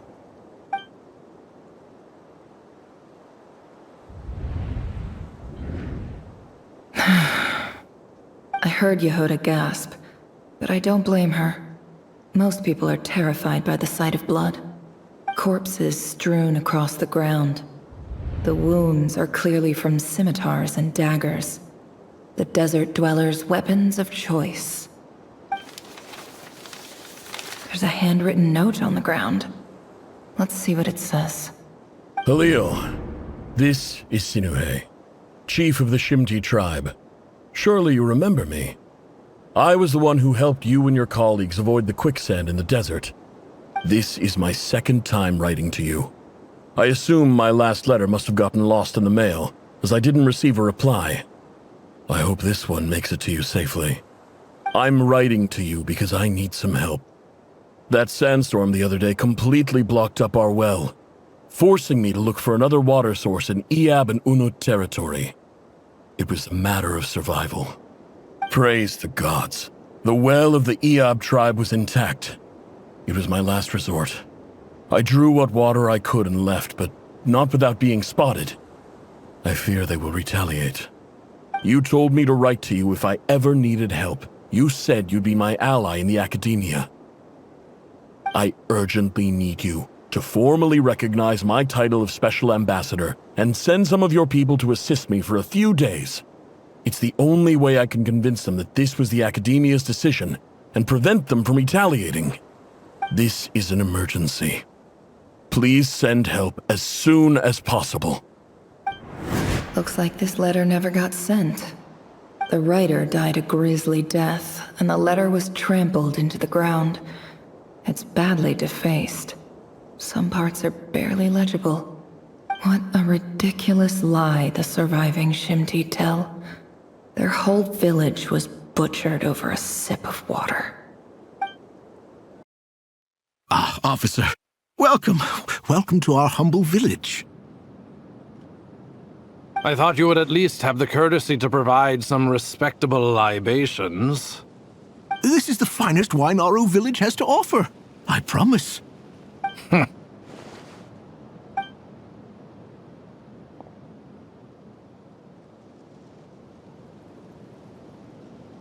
The Academia has agreed to reserve a single space for a candidate from your village.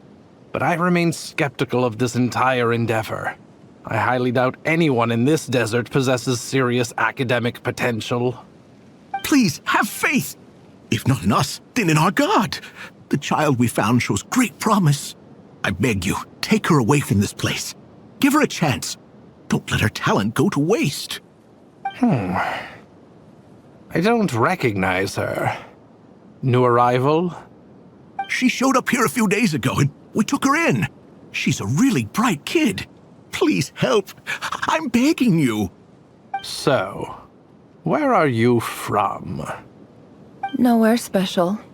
Just a sand dune. What about the rest of your family? How many of you are there? Just the one. It's only you? Correct. So, no brothers, no sisters, no mother or father? Any who have slept on a bed of sand, I call my brothers and my sisters. Apart from that, I have no family. All right. Get over here. Sign your name on the form.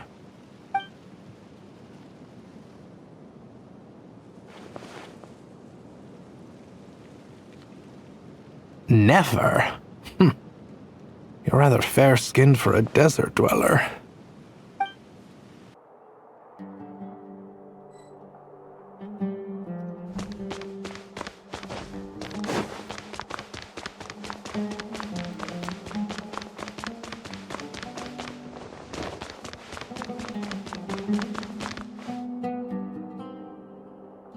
Nefer, this term's assignments have been issued already. Please read through the materials thoroughly, conduct your own additional research, and then write an essay on the topic. Yes, Professor, I'm aware. I just had a couple more questions I wanted to get your perspective on. Oh? Please, ask away. Well, I saw the other students' problem sheets, and I couldn't help but notice that my assignment is much easier than theirs. Do you really think I'm a weak student? A weak student? Goodness, no. Quite the opposite. You have a sharp mind, almost too sharp.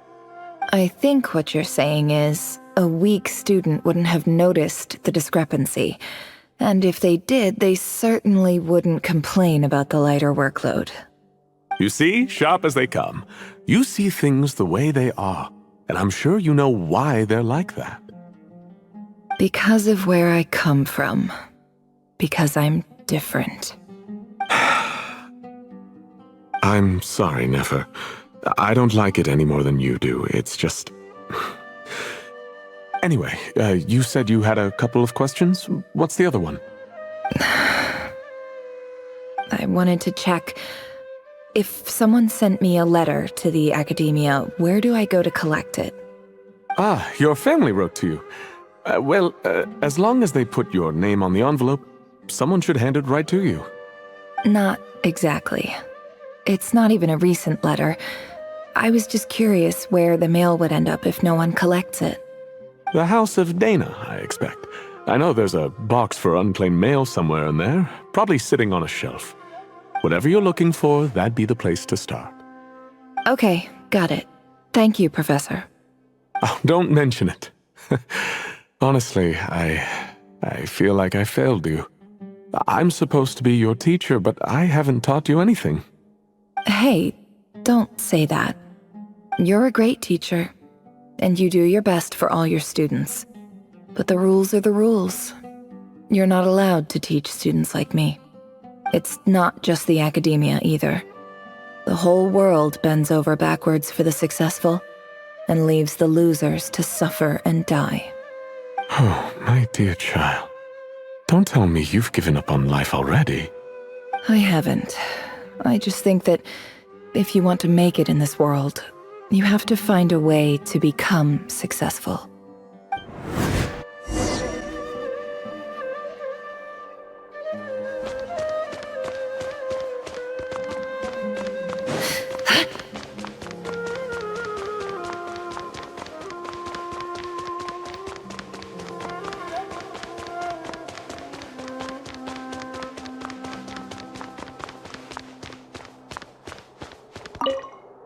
This must be it. A big cardboard box full of unclaimed mail. And probably some letters that ended up here by mistake, too. Let's take a look.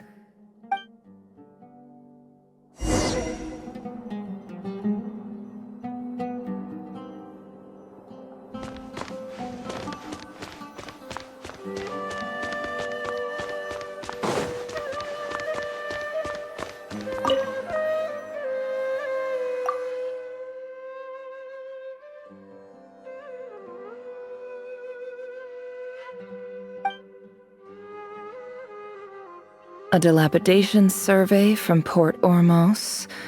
Looks like it's from a Corps of 30 representative. What a strange thought. A bunch of mercs losing sleep over rundown buildings. This one was never even opened. I guess the recipient didn't care what the Corps of 30 had to say about anything. Who was it addressed to? I don't recognize the name, but it must have been a Kasharawar professor.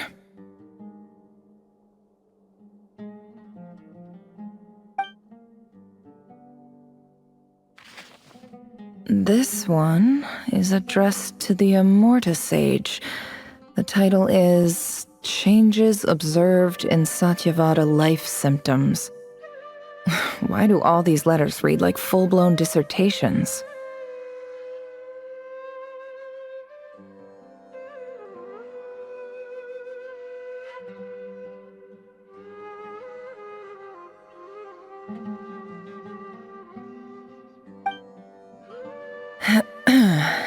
Guided by the incense, we became lost somewhere in the forest. All the barriers between levels of consciousness disappeared as our minds soared around in circles, looking for a branch to seek refuge on. In clinical terms, these symptoms fit the description of incense poisoning. The Amorta Darshan strictly prohibits the use of hallucinogenic substances, but I believe there are still people getting away with it. For example, my neighbor who always breaks out into song and dance after using incense. This seems like something the academia would want to know about. Why wasn't it collected? Wait, what's this written on the back? It's so small.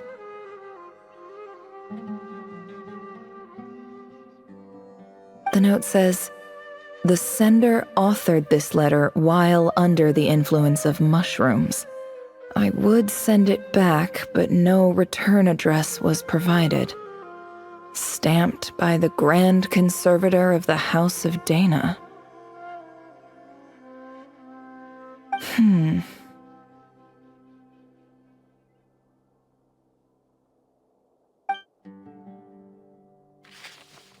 This next one is addressed to Grand Sage Azar.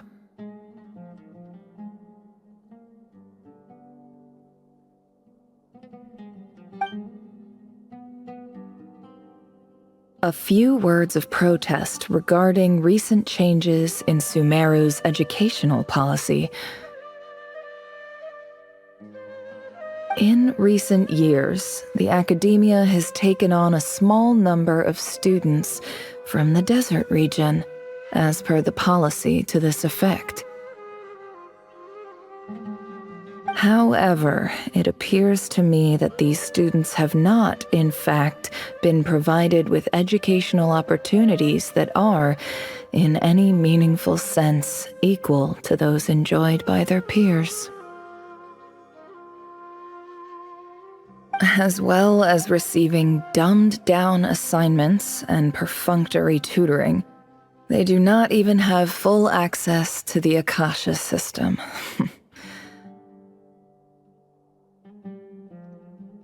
Education is the fundamental purpose of this institution, which should go without saying in a nation whose founding virtues are knowledge and wisdom. I ask you, is the lip service we pay to the policy of education for desert students truly the standard of pedagogy to which the academia aspires? As Grand Sage, policy decisions are your prerogative, but do not forget your roots.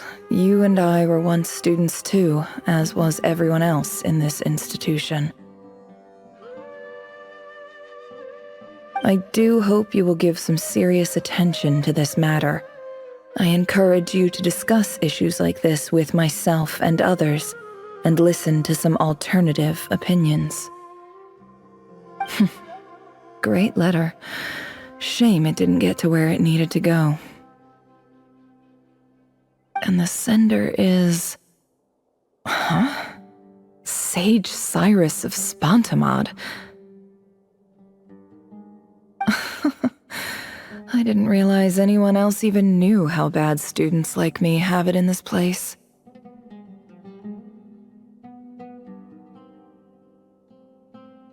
So this is where letters from the Sage of Spontamod end up? Nice one, Grand Sage. Really enlightened leadership. Whatever. This isn't what I came here for. Moving on.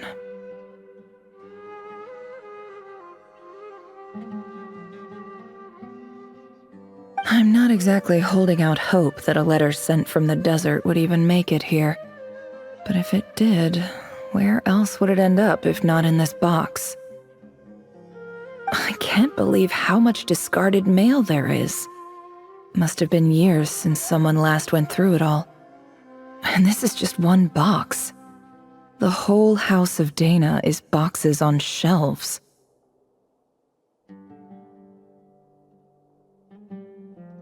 I don't believe for one second that any human being has sat down and read through all the documents in this place.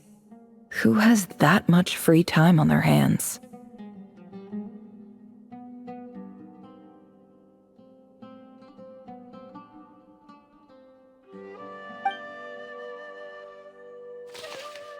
Wait, could this be it?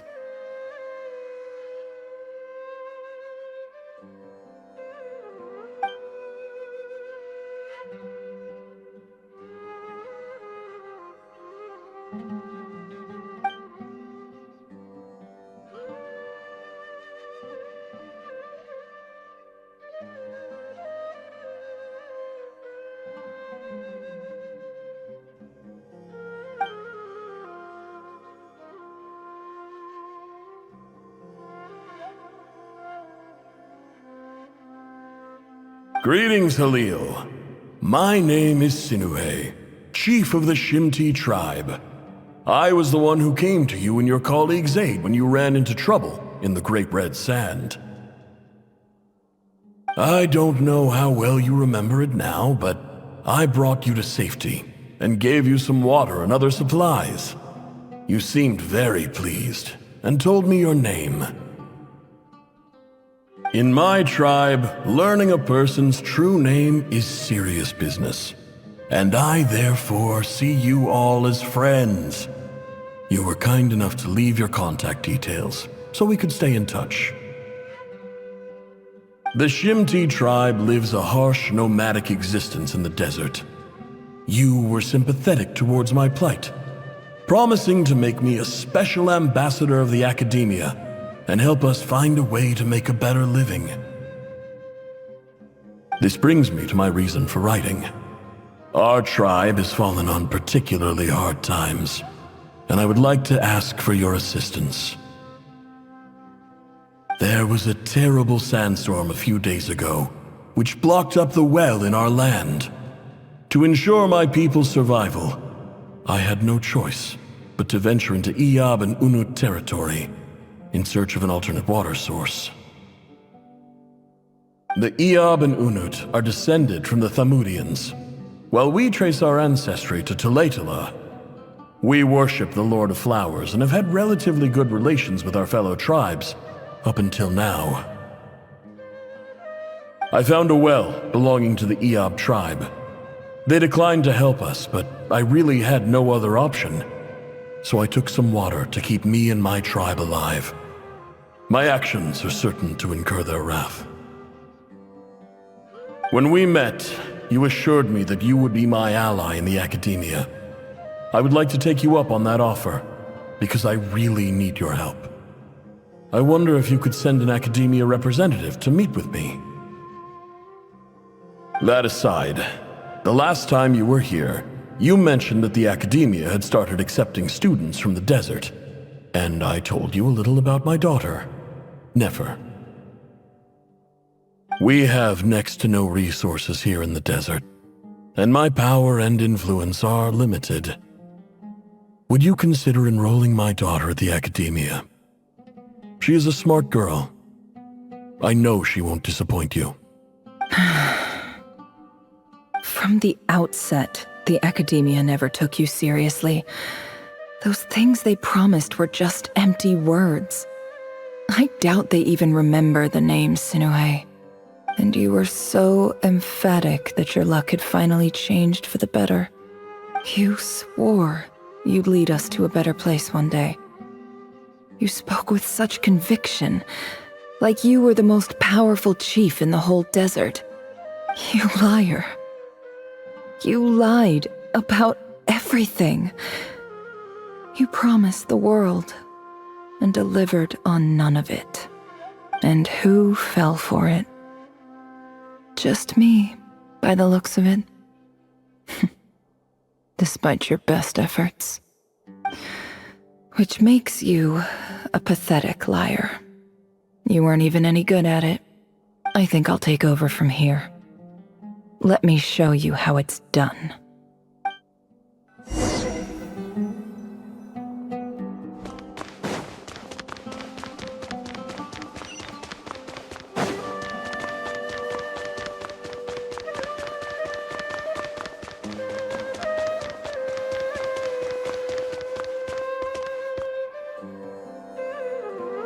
I just came to say goodbye.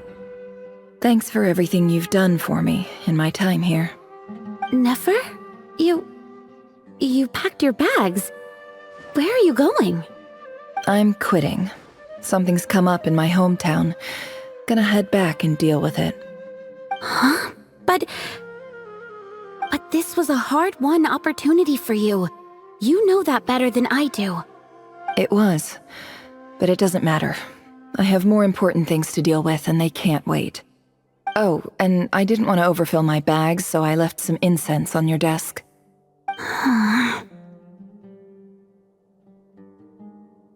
What's wrong? I thought you liked incense. Although, I did read somewhere in the House of Dana that it has hallucinogenic effects. Don't use it all at once, all right? Isn't this the stuff you brought from your hometown? You're just letting me have it? But you said it's a rare and valuable commodity. Yeah, about that. I lied. It's not rare at all. There's this bunch of ruins near my hometown that are practically overgrown with this plant. It's not worth much. Keep it, it's fine. But never... All right, that's all from me. You take care.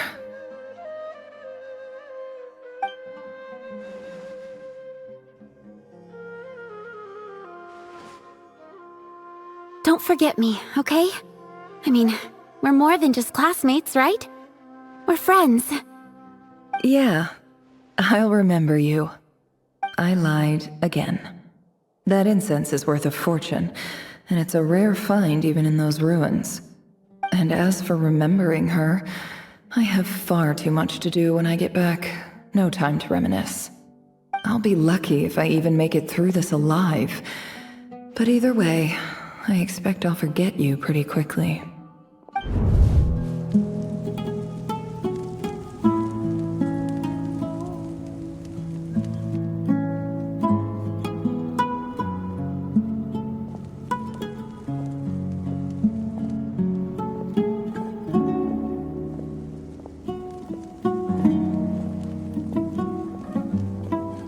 It's a pleasure to meet you, Mr. Arif.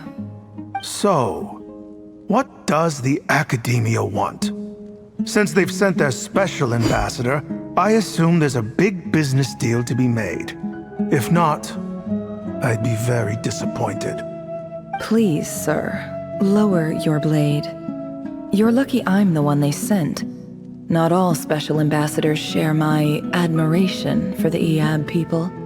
The ever-shifting balance of power in the desert reduced the once great civilizations of this region to rubble and sand. But the story of the Iab has a very different trajectory. Others grew weak, but you grew strong, beginning in obscurity and moving to prosperity. You're the only ones who defied the trend. Huh. So, you do know who you're dealing with? This well is the perfect symbol of your strength, is it not? It used to belong to the Unut, but it looks like you have control over it now. You're not wrong. But I'm sure you didn't come all this way just to flatter us. Of course not. I came to bring you some very good news.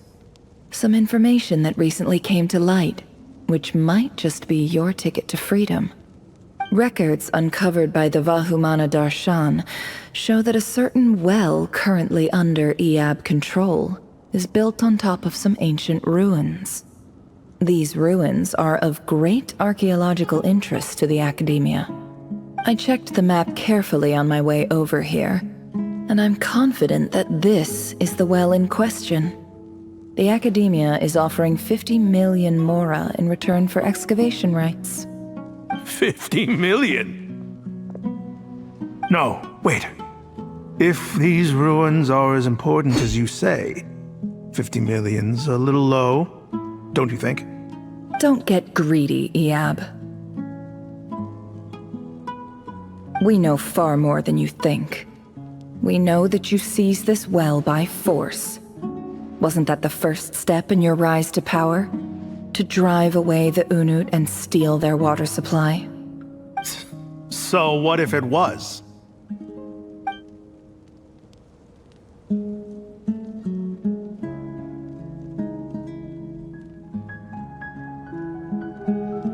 Don't worry. As unscrupulous as it was, it's something we're willing to overlook. The Academia is only interested in dealing with the de facto power holders in the region. I hope I am making myself clear. And I hope your words are the truth. If I find out the Academia is trying to play me, I'll hunt down every one of your people and make you watch as I cut their heads off one by one. I assure you, Chief, that would not be in your long-term interests. You don't want to make an enemy of the academia. You see how I'm dressed, don't you? I appreciate that you've never been to the rainforest, but surely even you recognize an ambassador's attire when you see it. And what does a barbarian like you have to lose anyway? You really think the Sumeru Academia would bother to come all this way just to lie to you? We have more important things to worry about. All right, I take your point. The Academia is the highest authority in the land. I'm sure you're trustworthy people. In that case, we have a deal. We will sell you the excavation rights. I'd like to thank you, Ambassador. This is good news indeed. Excellent news. In fact, it calls for a celebration. Would you do us the honor of staying a while and enjoying some IAB hospitality? Gladly. I am partial to wine myself, and I trust you are as well. So let's indulge in a few drinks together, in celebration of this momentous occasion.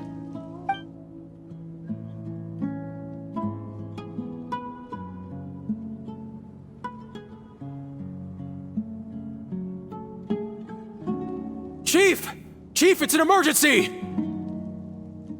It's the Unut. They've taken the well. What?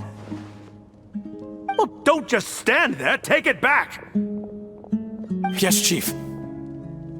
I have every confidence in the IAB's military superiority, and yet... Well, what is it? The Unut's response was alarmingly fast. The day after we reach a deal, they seize the well. This can't be a coincidence. Perhaps there is a traitor in your midst. I don't think so. I am obliged to remind you, Chief, that the Academia will only deal with the de facto power holders. If you cannot regain control over the well, I'm afraid you won't see a single mora of that 50 million. No! Please, Ambassador, just give me some time. I swear the Unut will not get away with this. That well is ours, and so is the mora. Glad to hear it. I will wait here for an update. If there is a traitor, I will find them. In the meantime, make yourself at home. I'll report back as soon as I have an update. Much obliged. Wow. All it took was a few words and I've got him wrapped around my finger. What an amazing feeling. So, in summary, Ambassador, the Academia would rather negotiate with our tribe instead of the IAB, yes? The IAB are ruthless murderers who don't listen to reason. And now they have the gall to interfere in our research projects in the desert region. So let me ask you, Chief. If you were the Academia, what would you do? Kill them all, of course. Precisely. The Academia does not tolerate those who stand in our way.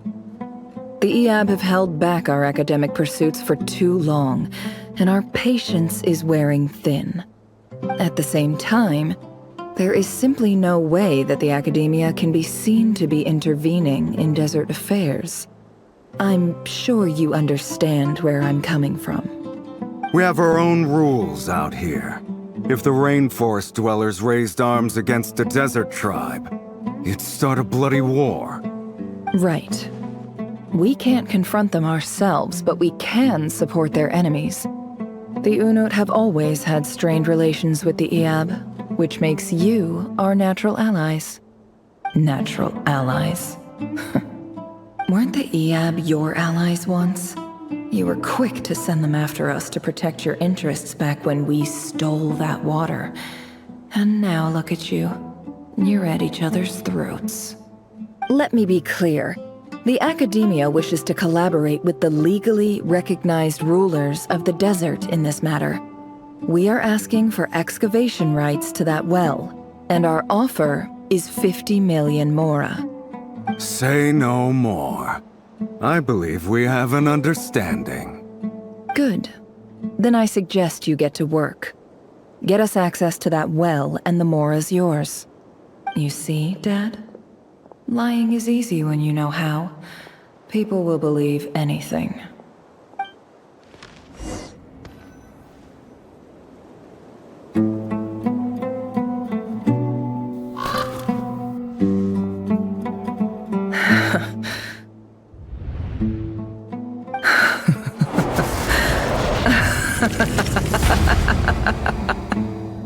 Look at yourselves. You may be vile, savage monsters, but your butchered bodies bleed like any others. You're no different. You're nothing special at all. The monsters who destroyed my home, they're just ordinary, petty human beings. What a joke. I think we're even now.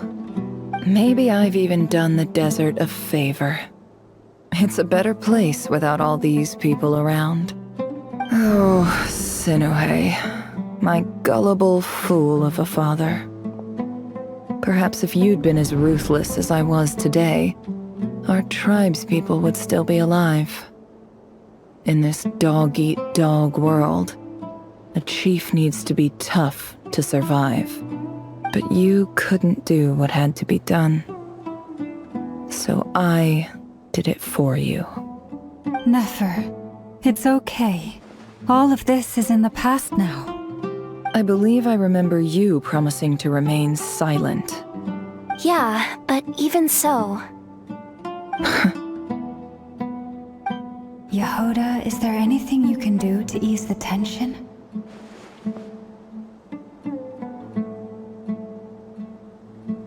Alright, time for a sharp turn onto a completely different topic. So, anyway, that's enough of that. When are we getting out of this place? Feels like we've been walking forever. I'm getting pretty tired. Oh, Alma, you tired? Yes, if we can find somewhere to sit down, I could certainly do with a rest. It's not far now. There should be a temple just up ahead. Yes. Really? A temple? That's where this story ends? I guess that's how things go in the desert. Desert dwellers can never escape their destiny. Or so everyone says. I never wanted to believe it, but looking back now, I'm as desert as they come. You mentioned a temple. What's waiting for us there? My biggest trade secret of all. Ah. Then I'm guessing it's where you got your power from. The power to peer into other people's minds. I didn't know you were clued up on any other religions.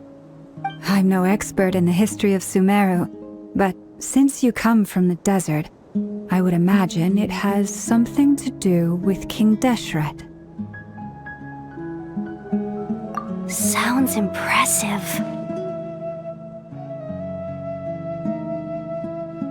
Ah, I know who you mean. General Mahamatra Sino. The spirit of Hermanubis dwells within him. That's Boss Neff for ya. She knows everything. Sino's hardly a figure of obscurity, but I know about Sethos too. What about him? Is he a big deal or something? Well, he's not a small deal, let's put it that way. Please, this is the bare-bone basics. Save the flattery. Thanks for your patience, everyone. I'm sure it's been a lot to take in. With any luck, that's our exit just up ahead.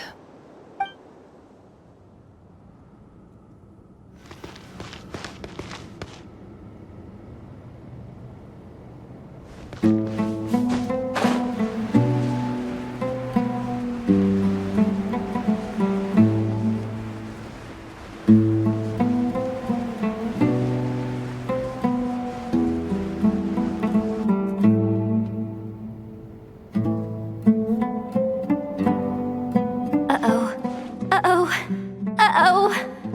I'm totally out of my depth here. I don't have anything to add about any of this stuff. Like, look at that statue, for instance. I want to do the whole name-dropping, this girl knows her stuff thing too, but I've never seen anything like it before. A statue with the head of a bird.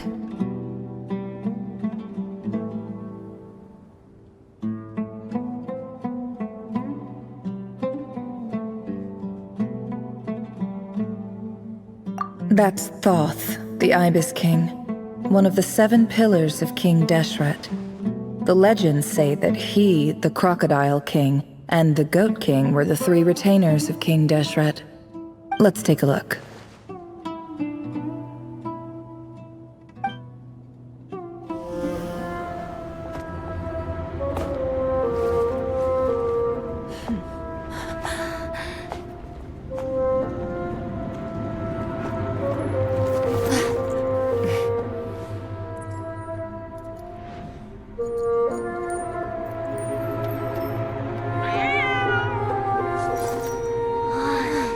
It's just Ashru. So, all is well?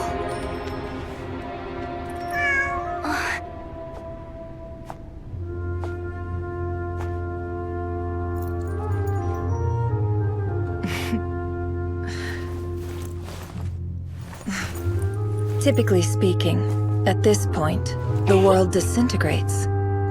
Then we find ourselves back in the outside world. Besides, these are my memories. There's nothing to fear. You're sure? Of course. It's almost over.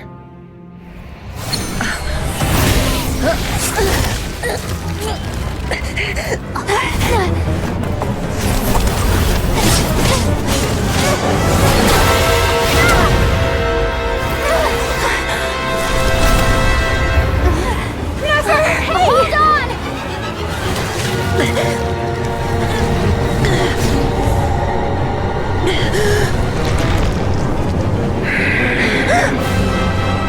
Knowing too much is always a death sentence. Speak for yourself.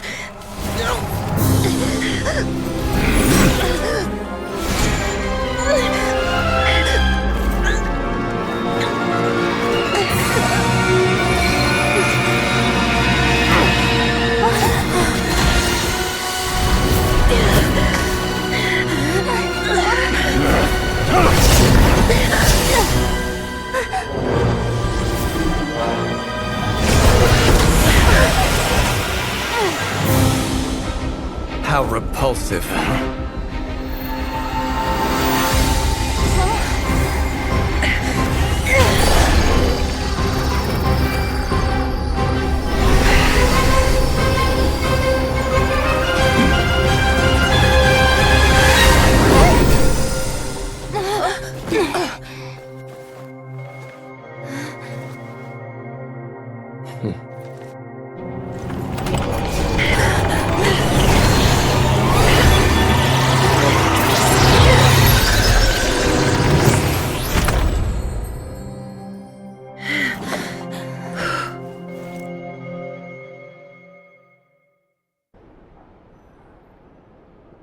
Timed that pretty well, didn't I? It's okay. I'm just glad no one was hurt. Paimon noticed you doing something too, Dainsleif. Were you helping get them out? Of course. When I asked Nefer to conduct this investigation, I was not naive to the dangers involved. I had a duty to ensure your safety. Good to know your sense of justice is still intact after all these years. I take that to mean that you saw the truth. That comes as a great relief. I certainly did. And thanks to your help, I also managed to trap Rerir inside the chess set. Whoa, really? How'd you manage that? Well, to be honest, I sensed that something was wrong long before we made it to the temple. By using this fragment to probe into Rerir's past, well, the monster formerly known as Rerir, it seems I alerted him. I was tracking him, then he caught on and started tracking me too. Can't say I'm surprised. But how did he track you through your thoughts alone? That shouldn't be possible. Rerir was a secret agent who reported directly to the Vinster King. He is an expert at finding a trail and hunting down his pursuers. No wonder. He infiltrated the chess set, read my thoughts, and built a new virtual chess set inside of it. That's why we weren't able to leave at first. Speaking of your chess set, it's quite a remarkable item.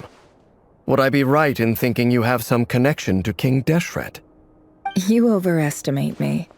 I only have a connection with one of his underlings, the Ibis King. You all saw how this came to be. A long time ago, the Iab massacred my tribe, the Shimti, in our home village. A few years later, I enrolled in the academia, where some new information came to light. The Unut and the Iab fought a bitter battle over the rights to a well, all for the sake of a non-existent 50 million mora. The Iab ultimately won that confrontation, but their victory came at the cost of almost every warrior in the tribe. The final blow to the Iab came at the victory feast, when an Unut assassin beheaded their chief right before my eyes. The remaining Iab fled and have been scattered to the winds ever since.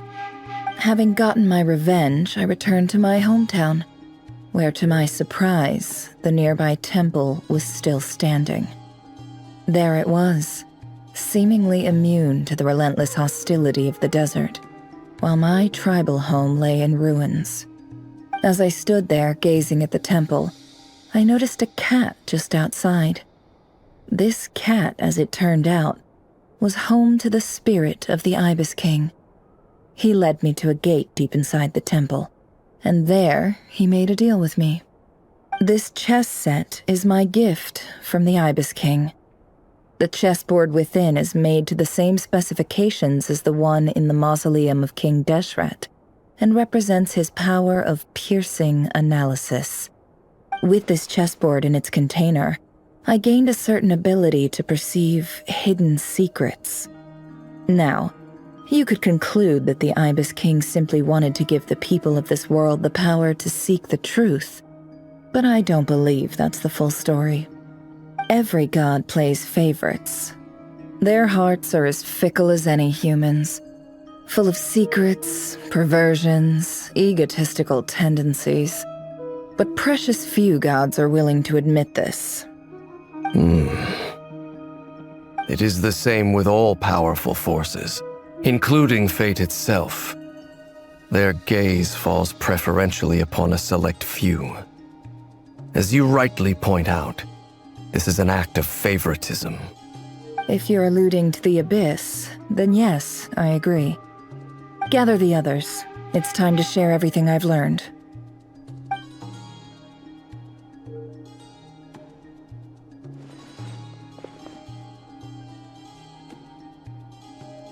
Thank you all for being here. As promised, I did some further investigating into the Reicher of Solnari's background. I am pleased to report that the investigation has been most fruitful indeed. The Reicher of Solnari, real name Rerir, was once a Conrian subject who served the Vinster King. I will now share the important details of his story. Please save any questions or comments for the end.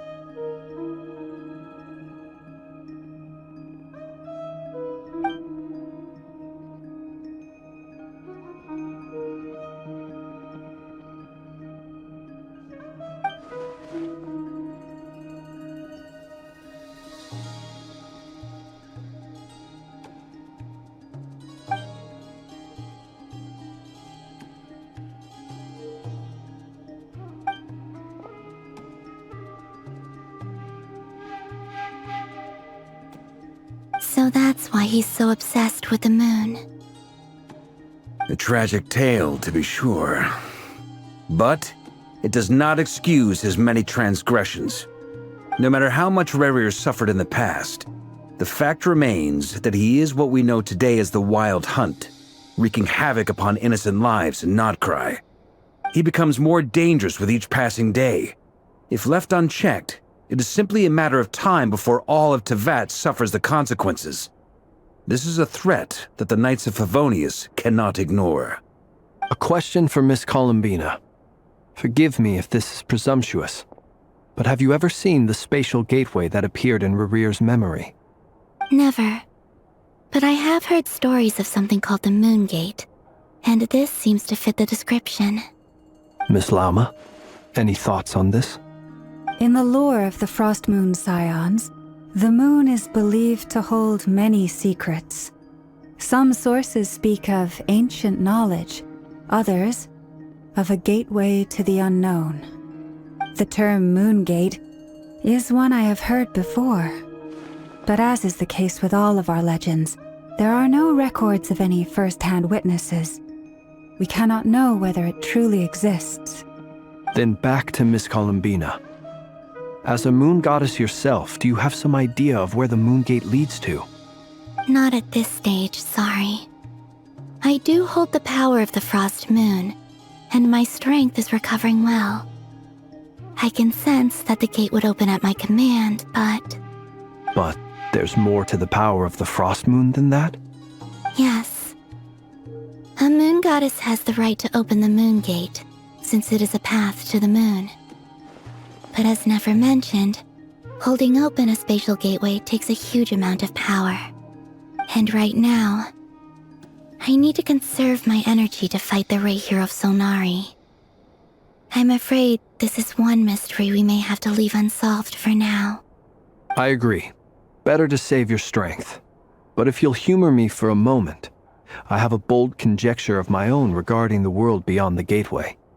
I highly suspect that neither Tholindis nor Rerir made it through unscathed.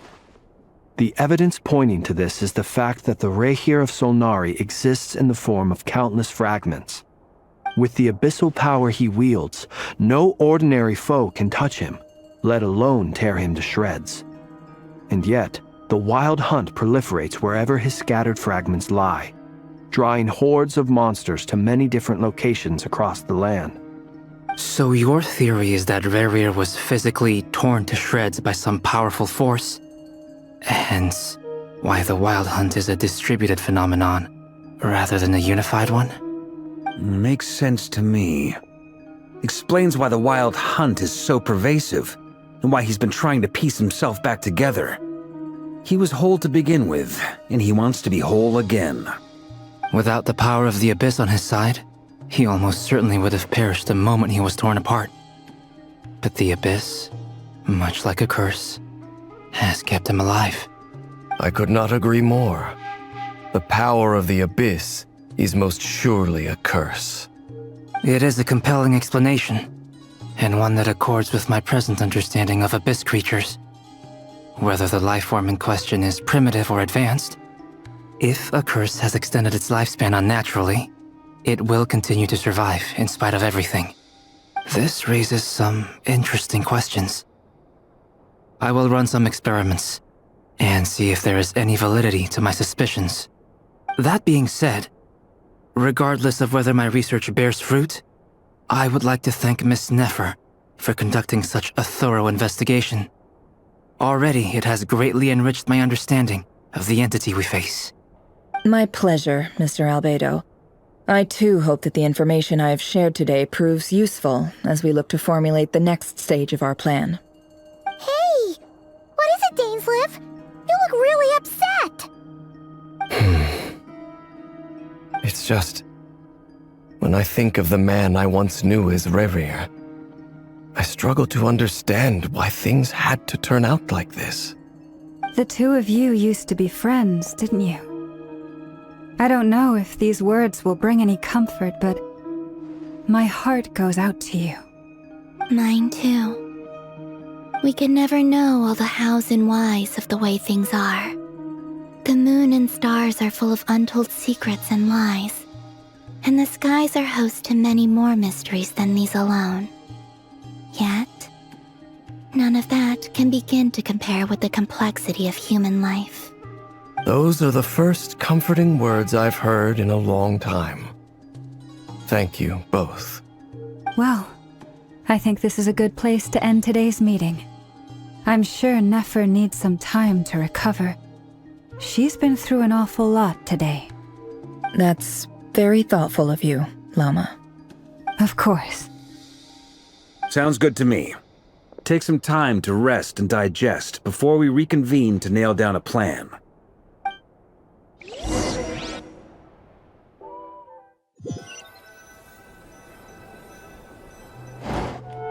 Hey, is this a bad time? Hope I didn't kill the conversation.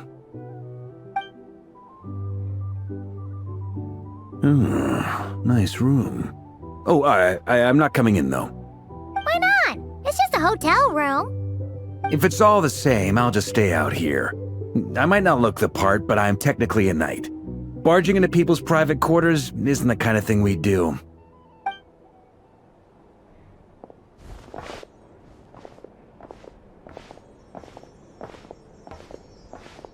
Anyway, Nefer went back to the curatorium to get some rest. But before she left, she shared some things with me that I thought you should be aware of.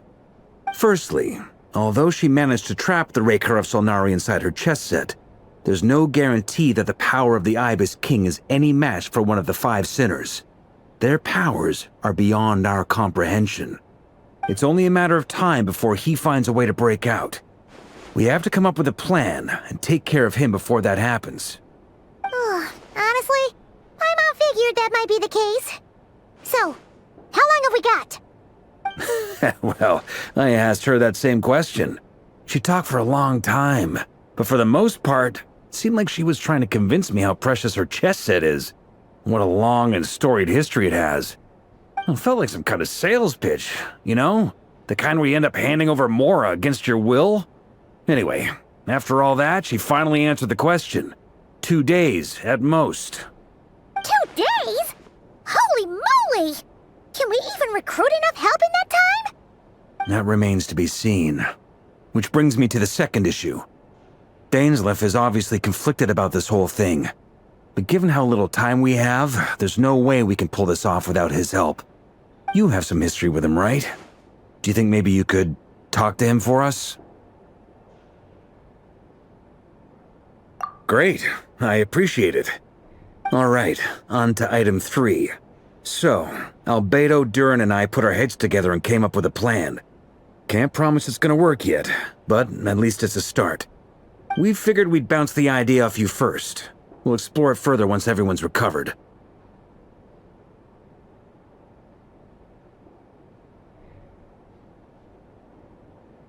Oh, Paimon's dying to hear this. All right, so here's what we're thinking.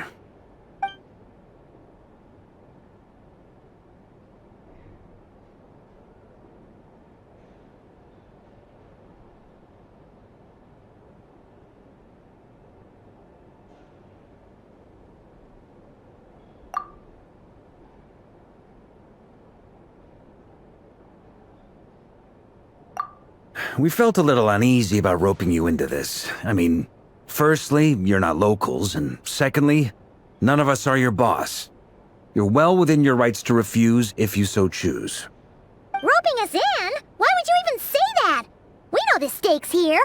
It's all of us against the Rayher of Solnari, or none of us stand a chance.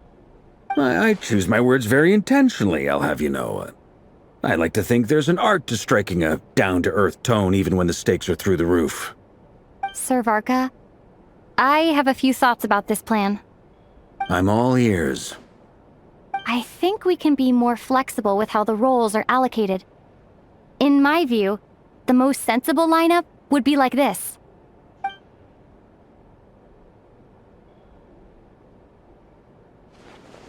I see your point, yeah.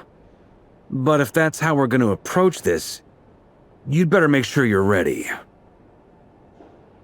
To be clear, I don't doubt your abilities. Far from it. I just want to make sure.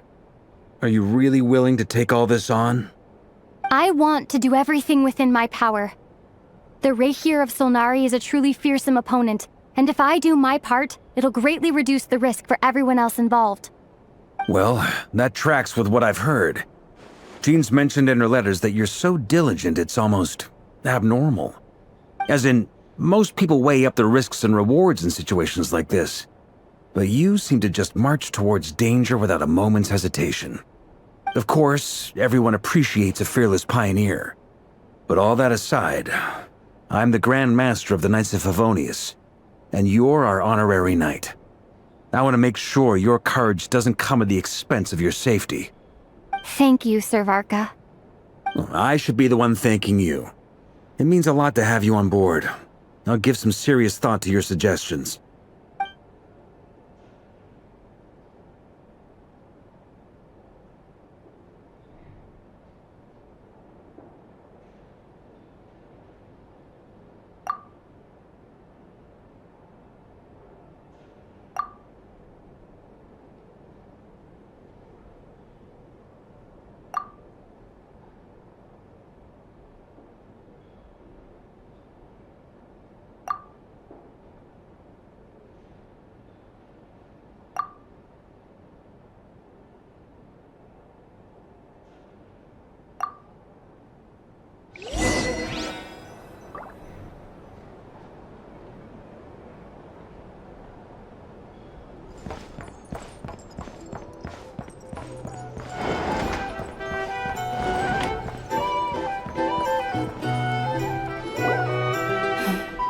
This is a thorough plan, but I do have one last question before we take action. How can we be sure that our enemy won't leave the designated area? Great question.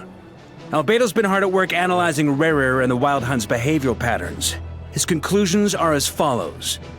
Firstly, from the earliest known confrontation until now, Rarer has never displayed any ability to manipulate the dimension of space. So it's unlikely he has any power in that domain. Secondly, he seems to have a particularly strong vendetta against our group. If we put him in a fight-or-flight situation, he'll choose to fight every time. Thirdly, finally, and most importantly, he is consumed by hatred, both for the moon and for his enemies. Turns out, we tick both of those boxes. We have a reincarnated moon in our ranks, and a spy who accessed his private memories without permission. He'll be baying for blood, not looking to escape. As someone who's had their fair share of interactions with the Wild Hunt, those all seem like valid observations to me. Understood. Then I will defer to the verdict of the group. Well, everyone, that's the plan in full detail. Albedo and Durin are carrying out their part as we speak. Plan approved. Scheduling. Okay, any firepower you need, I got you covered. Let's light this baby up. The Frost Moon Scions are behind you as well. And the rest of you?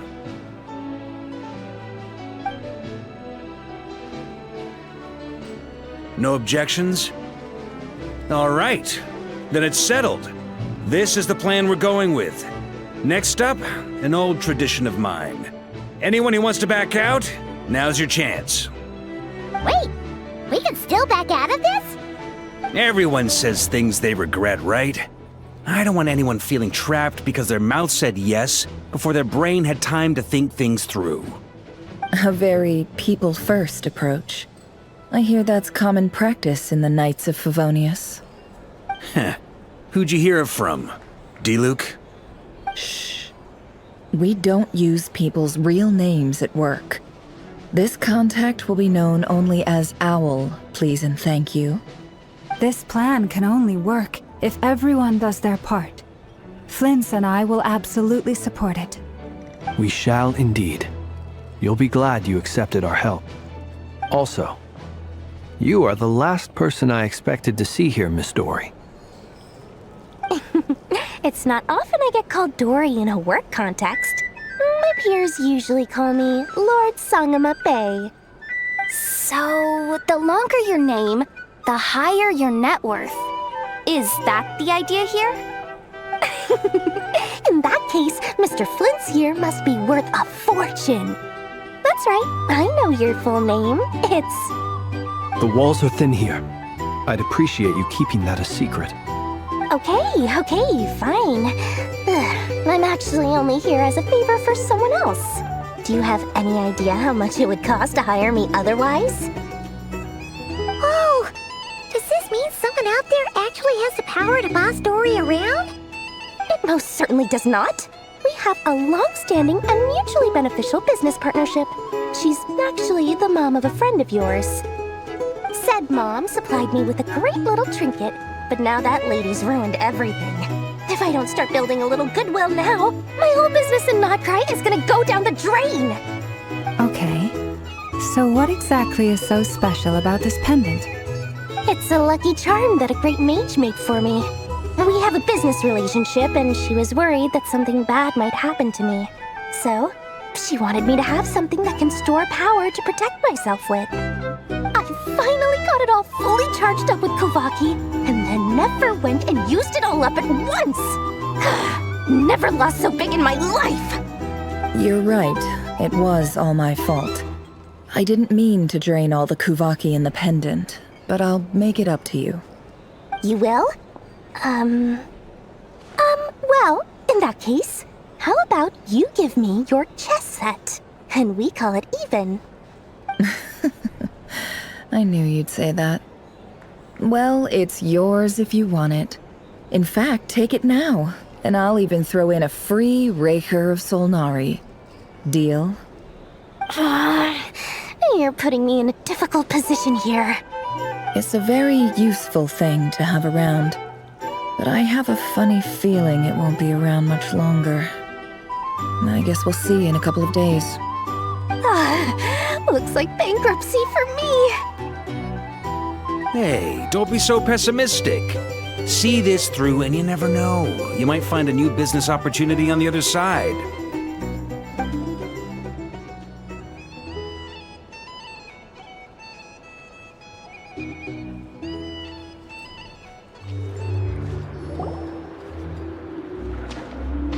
Dory! How are things going? Feeling ready? Oh, I was born ready. We only have 2 days. You think Lord Sangamabe would let an opportunity like this slip by? Don't forget, when something's in high demand, the people with the goods on hand get to charge the highest price of all, even higher than the sellers taking advance orders. Ta-da! See? It's right here! Ah, it's so pretty! Did you make it?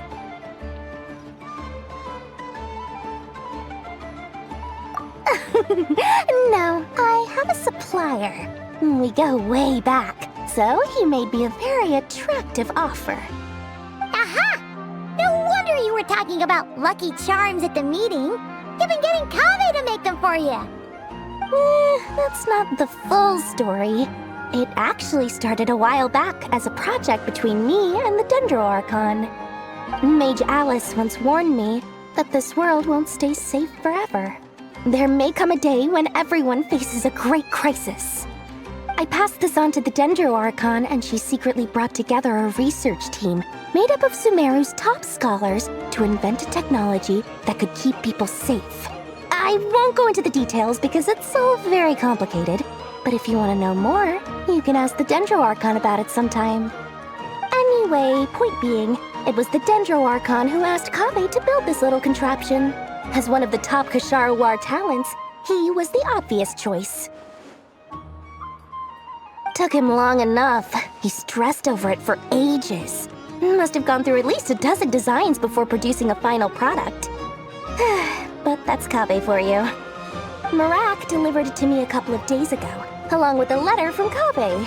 Could I ask why I'm sending this technology to you? What's your proposed use case? Has it been approved by the relevant authorities? So nosy. My fault for sending him the research permit to begin with. Surely Nahida must have told him you were involved in this project. He was probably just nervous because you're always so secretive about your business. Could be. Anyway, I just replied, let's hope there never has to be a use case, because it would involve grave danger. Fair enough. But it sounds was just being cautious. He probably felt responsible as the one who made it. Or maybe he was asking as a favor for his housemate. He's done that before. Not sure why, though. His housemate doesn't seem to really care that much about this kind of stuff. Either way, all's well that ends well. I'm just glad to finally have my hands on the product. I wouldn't want to be without it, given the potential dangers that lie ahead. Huh? What does that look mean? Paimon's just super surprised. This must be the first time we've ever seen you actually get serious about something.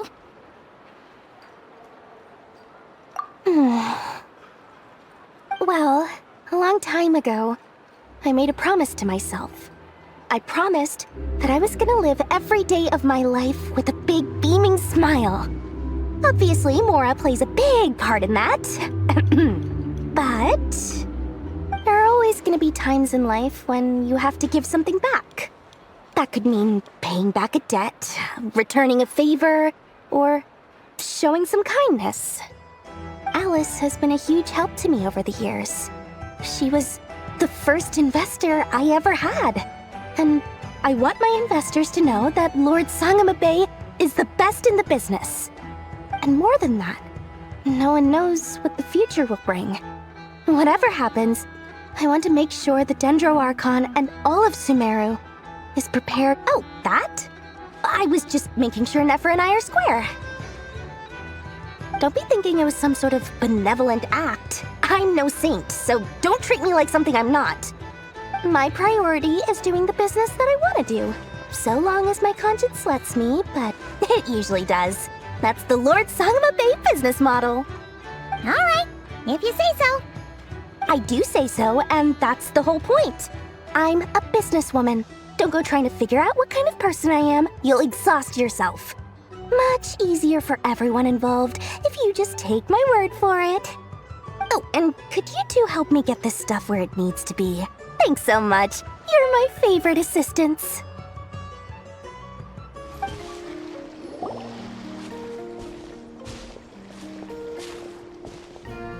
Traveler, Paimon, it's good to see you. Everything going smoothly over here? Sort of.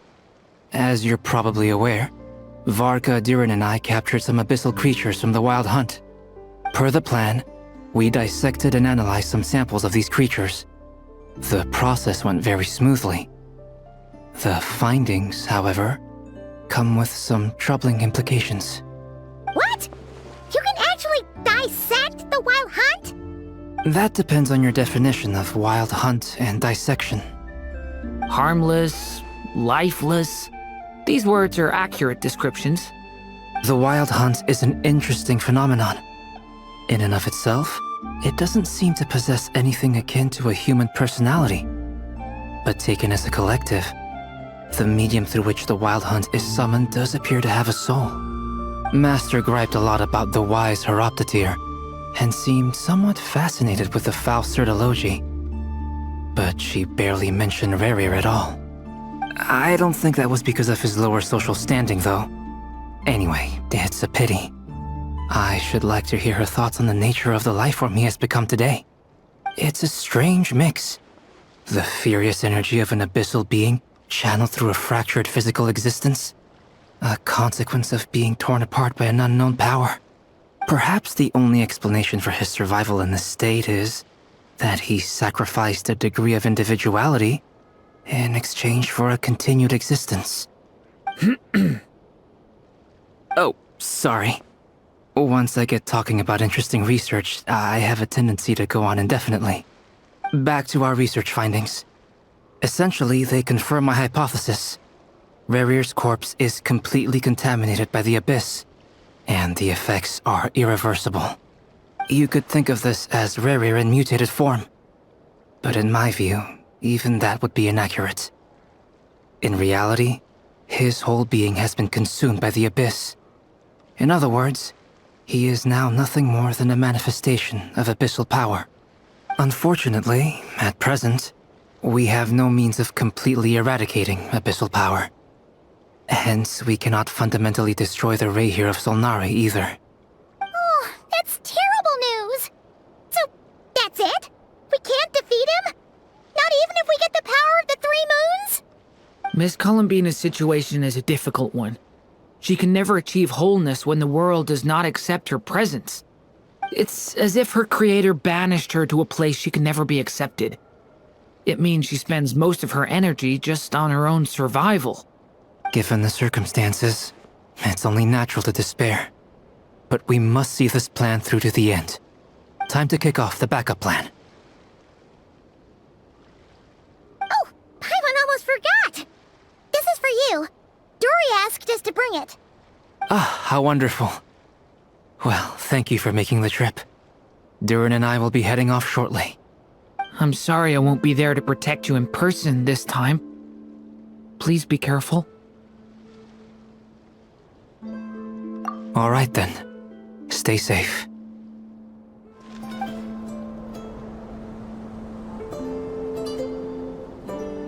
Miss Lauma, is everyone here? Yes. The fate of my flock is in your hands, Grandmaster Varka. Please keep them safe. My lady, what are you saying? Within the next 24 hours, we will face the biggest crisis the world has ever seen. This is not a burden that we deserve to bear, but I believe that we reap what we sow in this life. So I intend to act. I must do what I think is right. For me, that means fighting for the future of Nodcry. This gentleman is the Grand Master of the Knights of Favonius, Varka, Knight of Boreas. In my absence, please follow his lead. Hey, everyone. Guess I should introduce myself. Well, to start with, I know my way around a battlefield. Biggest strengths are honesty and hard-workingness. Anyway, point is, I don't intend to let Lauma down. I'm gonna do everything in my power to keep every last one of you safe and sound.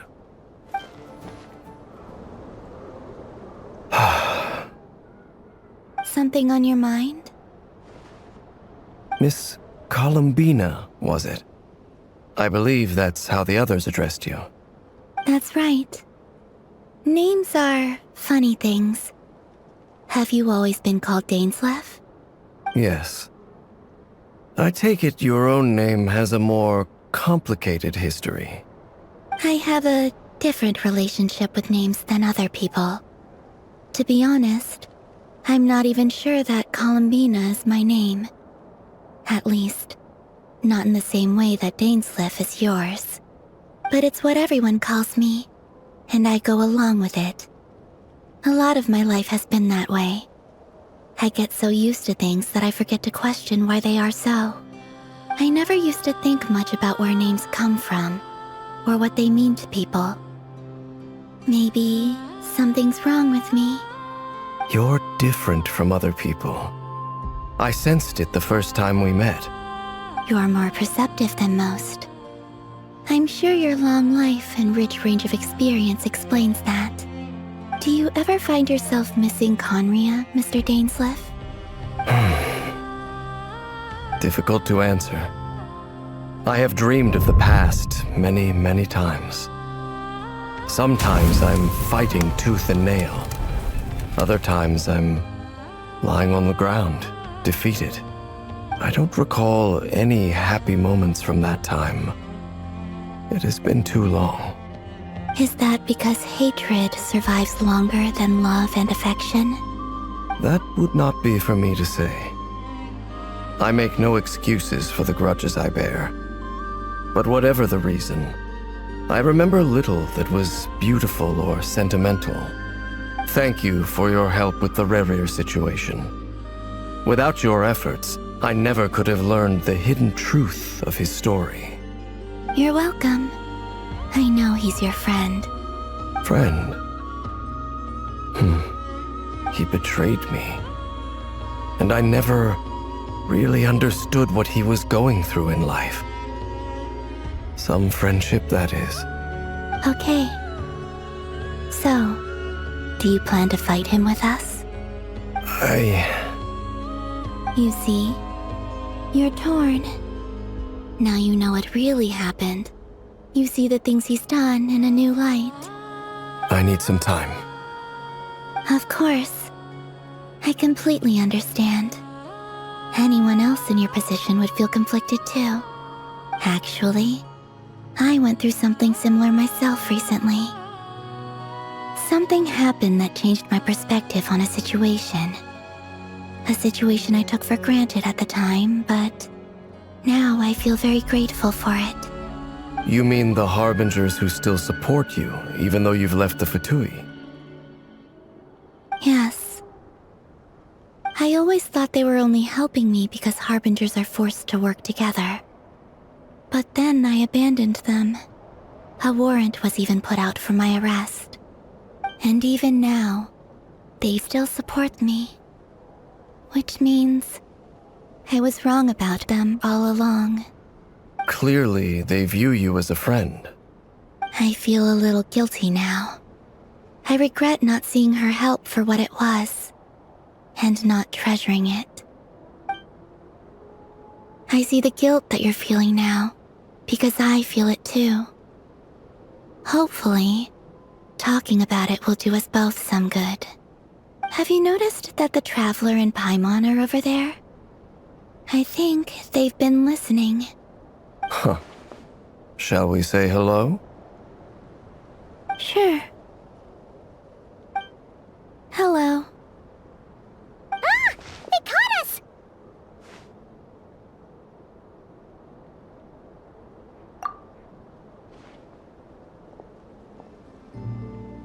I apologize for making you worry.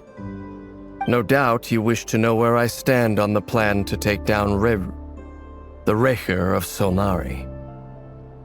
I'm afraid I need a little time, but I will seriously consider joining you. You will? Oh, thank you so much! Everyone will be so grateful to hear that! They needn't be. This was something that I was going to have to face up to eventually. That doesn't matter to them.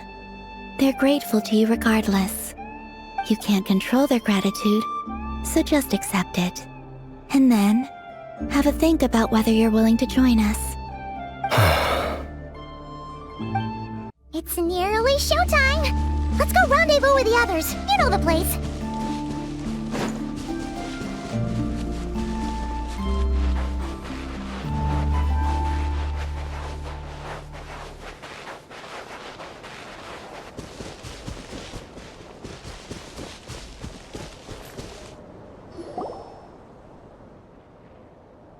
Ah, you're earlier than I expected. Hey, Flint's! Been waiting here long?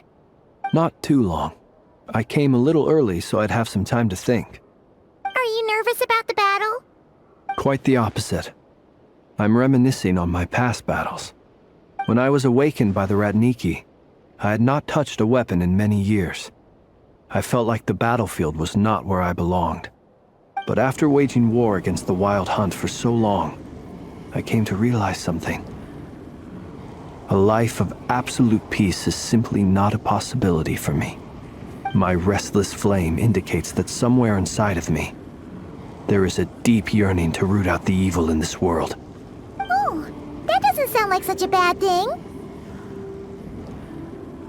Well, in the past, when I was a Fae whose primary concern was hibernation, it was hardly ideal. But it certainly serves me well here in the present. And I am delighted to be able to join forces with you in this endeavor.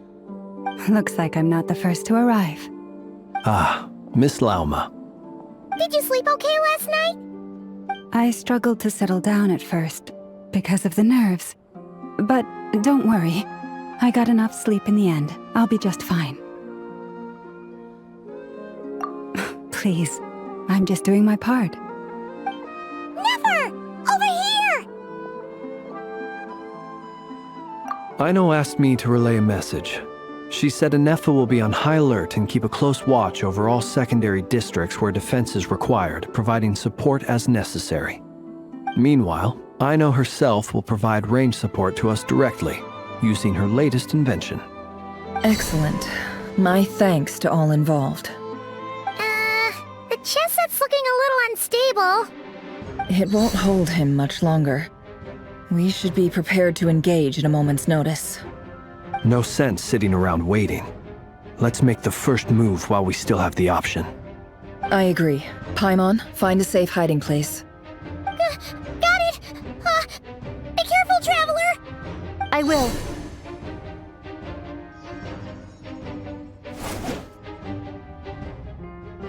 Everyone, take your positions as soon as the battle starts. Every ounce of strength we have in our bones, let us bring to this fight. Ready? Let's go.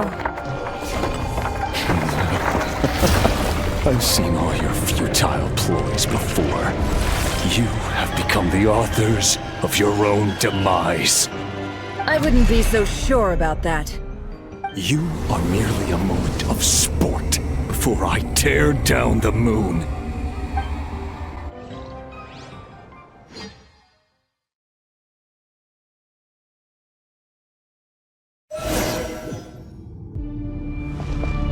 Stay the on moonlight betrays you. You too!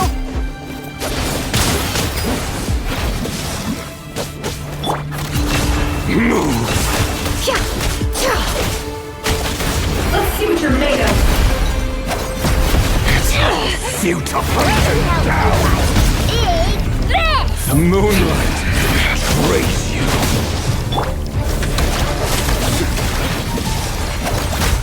Can't hide the truth.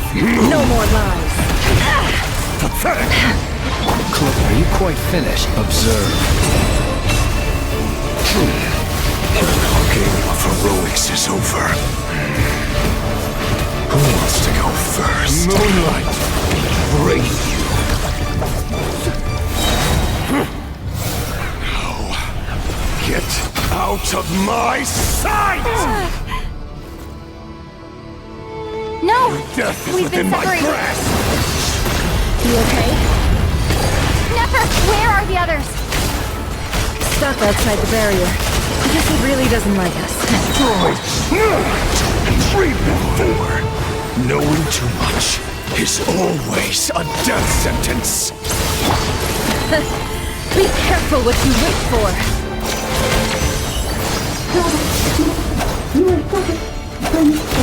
Lauma! Can you hear me? Silence! Voices are gone. But at least I know that you're there. I need to focus. Stick to the plan. Remember my most important task. Just stalling him. Destroyed! Stall him for long. Reborn! The moment will come.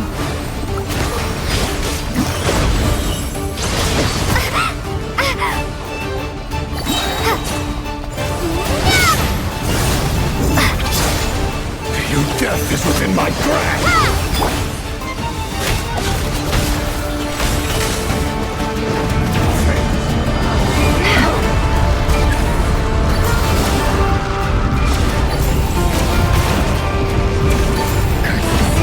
There's no other way.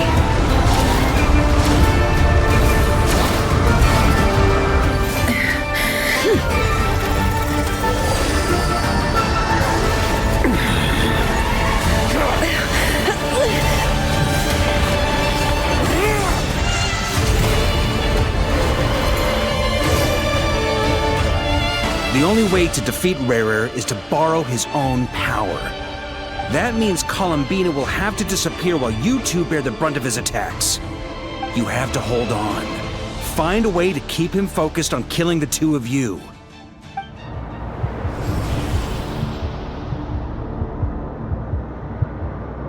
Never! Your eyes are bleeding. Soon you will be powerless to resist. And then, I will reduce you to dust. But that dust will plague your memories. Come on, keep holding on.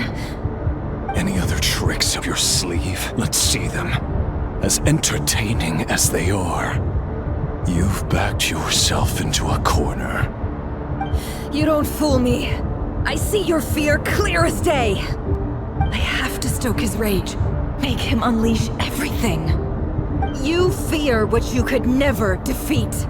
You fear the thought of never being able to save your beloved. You cannot win the fight against fate, Rerir. Is that what you think? Well, now it's your turn to feel afraid!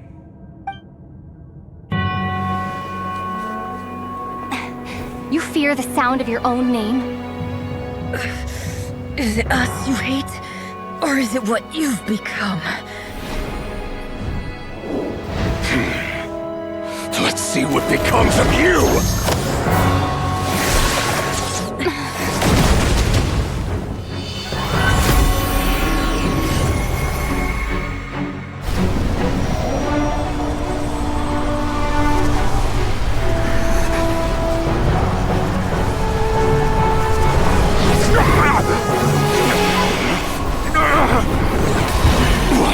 Happening? That power. I've seen it before.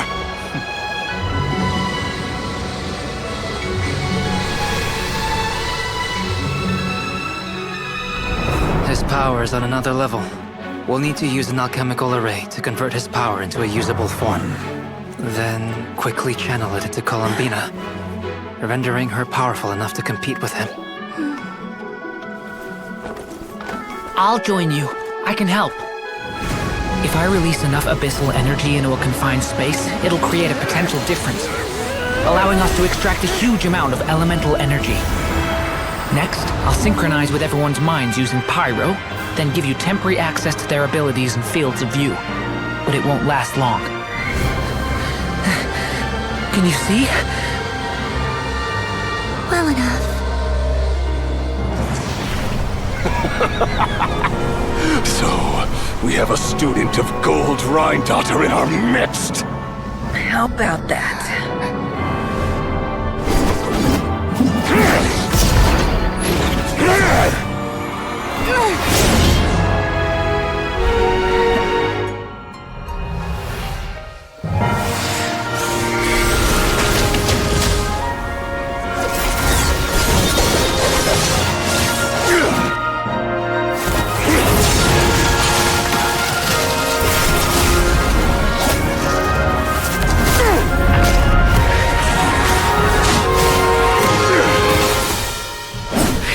My own power against me?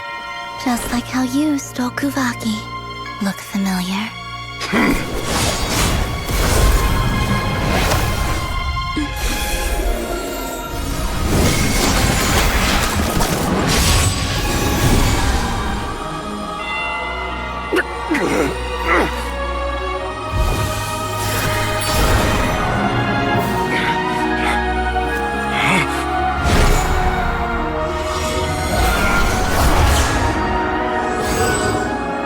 Don't you realize? You don't have the power to hold that gate open! I don't, but someone else does.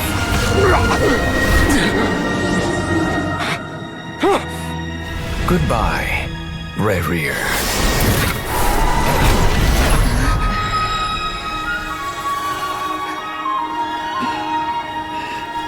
We won.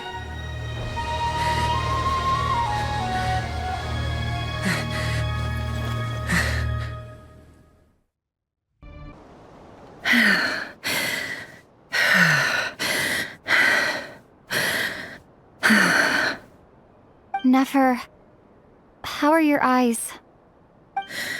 They're fine. Apart from the blindness, of course. It's not too late. Let me handle it.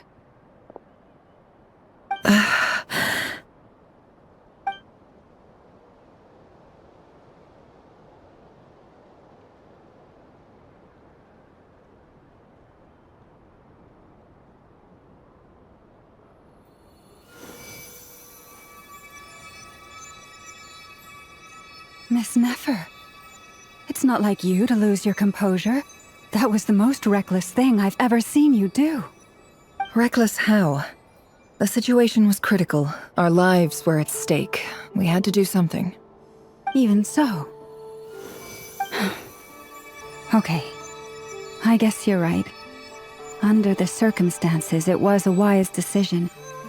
You traded your eyes for an incredible victory. In business terms, I suppose that's a huge return on investment. I'd be hard-pressed to argue otherwise.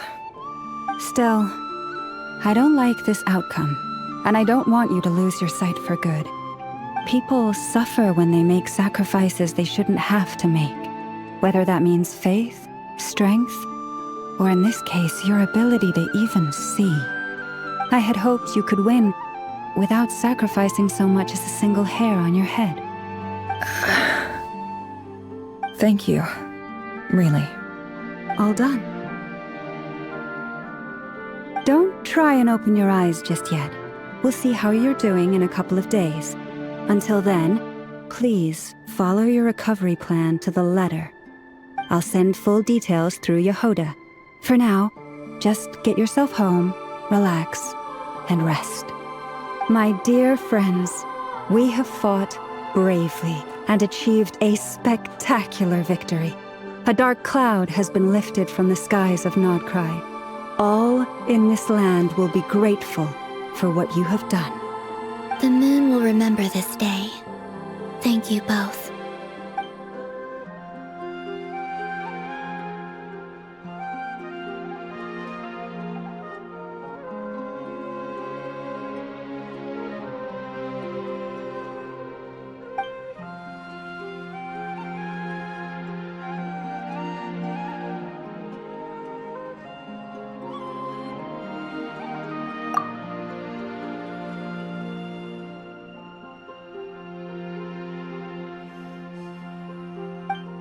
There's something I want to let you know.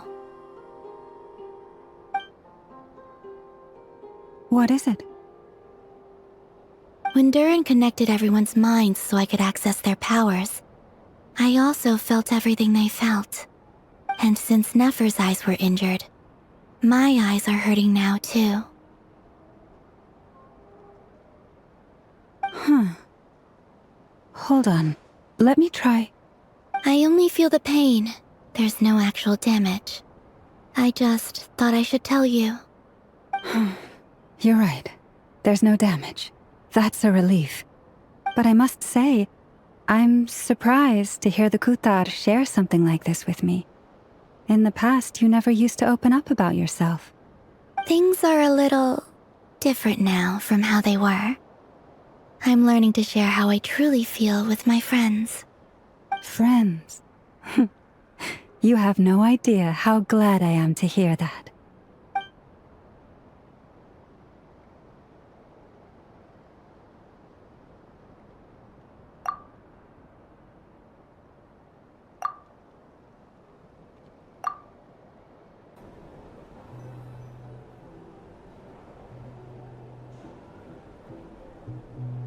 Yay! You're awake! How are you feeling? Any aches and pains? Did you sleep well? I'm doing all right, Paimon.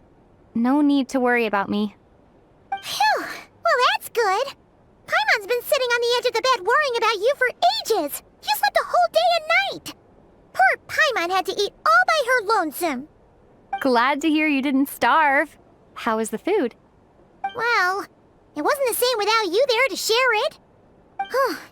Honestly, Paimon just can't relax when you're not your usual self. She couldn't enjoy the food and settle down to sleep. Well, I'm back to normal now. Oh yeah, and Albedo swung by earlier. He said to tell you to head to the tavern when you woke up. Varker and the others are organizing a victory feast and they want to celebrate with you. He also dropped off some medical supplies, but you seem fit as a fiddle, so guess you won't be needing those. If you're feeling up to it, let's head over now. Wouldn't want to keep them waiting.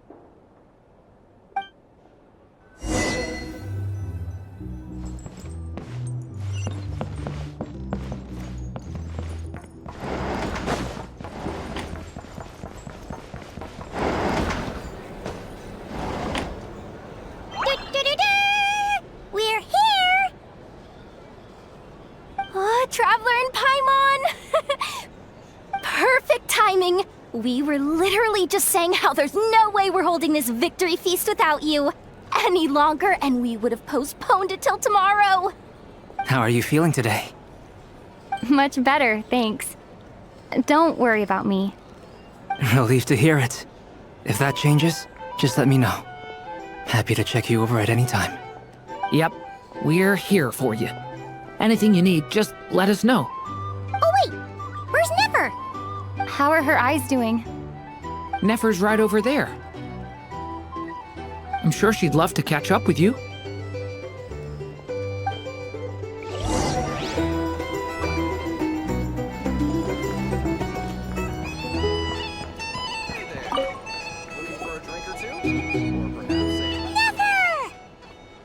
Traveler, Paimon, are you recovering well? Turns out that moon chanter has some real talent after all. My eyes were mostly recovered after just a couple days' rest. I can actually open them again now. Yeah, but you gotta be careful. Lauma says not to strain your eyes while they're still healing. Yes, thank you. I'm well aware. Yehuda, could I borrow you for a moment? I could do with an extra pair of hands. Oh, sure. Coming. Did you hear that? I gotta go help Lauma for a second. You guys chat among yourselves. I'll grab us some drinks on the way back. Paimon, you still like them sweet? You bet. Make it extra sweet, because Paimon's earned it. Sure thing.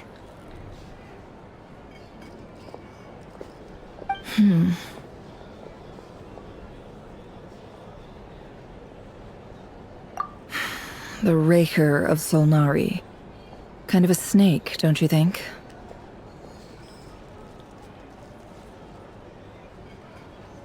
No, definitely a snake.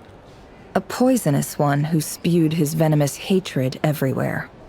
Anyone who seeks revenge out of hatred for other people has become a snake. That's something my dad used to say. Perhaps. I'm sure it sounds like a very wise and open-hearted perspective to your ears. But me? I think hatred is a perfectly justifiable emotion. What else is left when everything you depended on in life gets stripped away? Something's gotta fuel that drive to keep on living. If you're worried about me, you can nip that in the bud. I'm not someone who gets stuck in the past. It's just... I suddenly feel like I was wrong to call my father a liar. He was just a fool. That's why the academia turned their back on him, and why the other tribes ganged up on him. Oh, father. How much better things could have been if you were a skilled liar. Look at the Ibis King. Thoth is a fiendishly cunning liar. And yet, strangely, he feels more like a father to me than my real dad ever was. He's never brought it up, but I'd bet he feels the same way. Why else would he give me the power to perceive the truth, while at the same time training me in the art of deception? Well, King Deshret banished him to Aru, which is essentially a prison, and posed 3 questions to him. He promised that he'd have his freedom if he could find the answers. His response was to take on a physical form and approach me, hoping that I could become his envoy and search for one of the answers on his behalf. Did he really think I'd fall for that? He's stuck there. He can't make me return what he gave to me. So that's enough for you to decide he's nice, is it? He's a prisoner, and he was scared. So he decided to perform some good deeds to win people's approval. He lives in fear because he's a deceiver. How is Rerir any different? You can't work as a spy your whole life and expect a happy ending. It's preposterous. Yet I can't say I don't understand it. Liars live in the darkness of their own making, but it's still human nature to want to go on living. They say that a liar's soul is the most worthless thing in the world. What do you think? Good. If you understand that, it means you're smart. and you see things objectively. If you ask me, the soul of a liar really is worth nothing, because all they care about is themselves. For example, when something good falls into my lap, I don't go sharing the news around. Stops other people trying to steal it from me.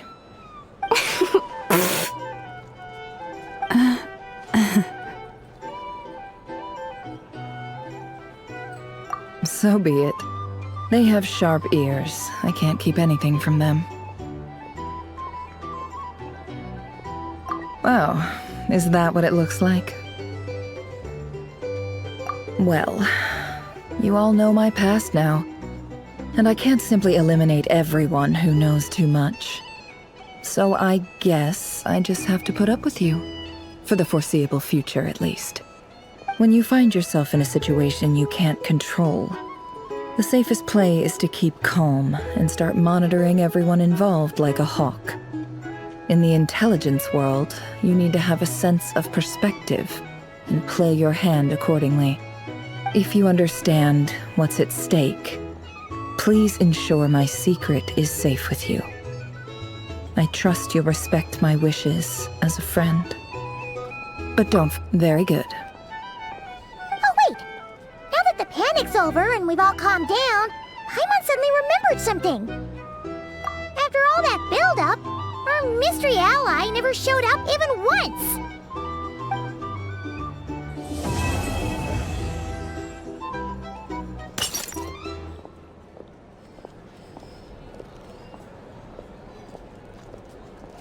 Huh? Am I imagining things?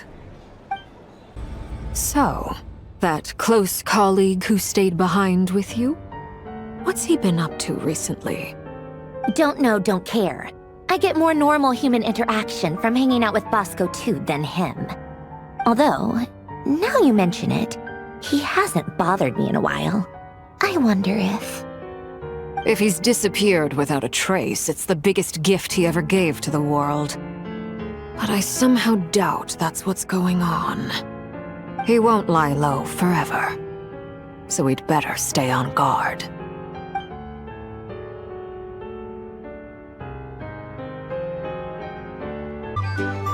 How have you been holding up?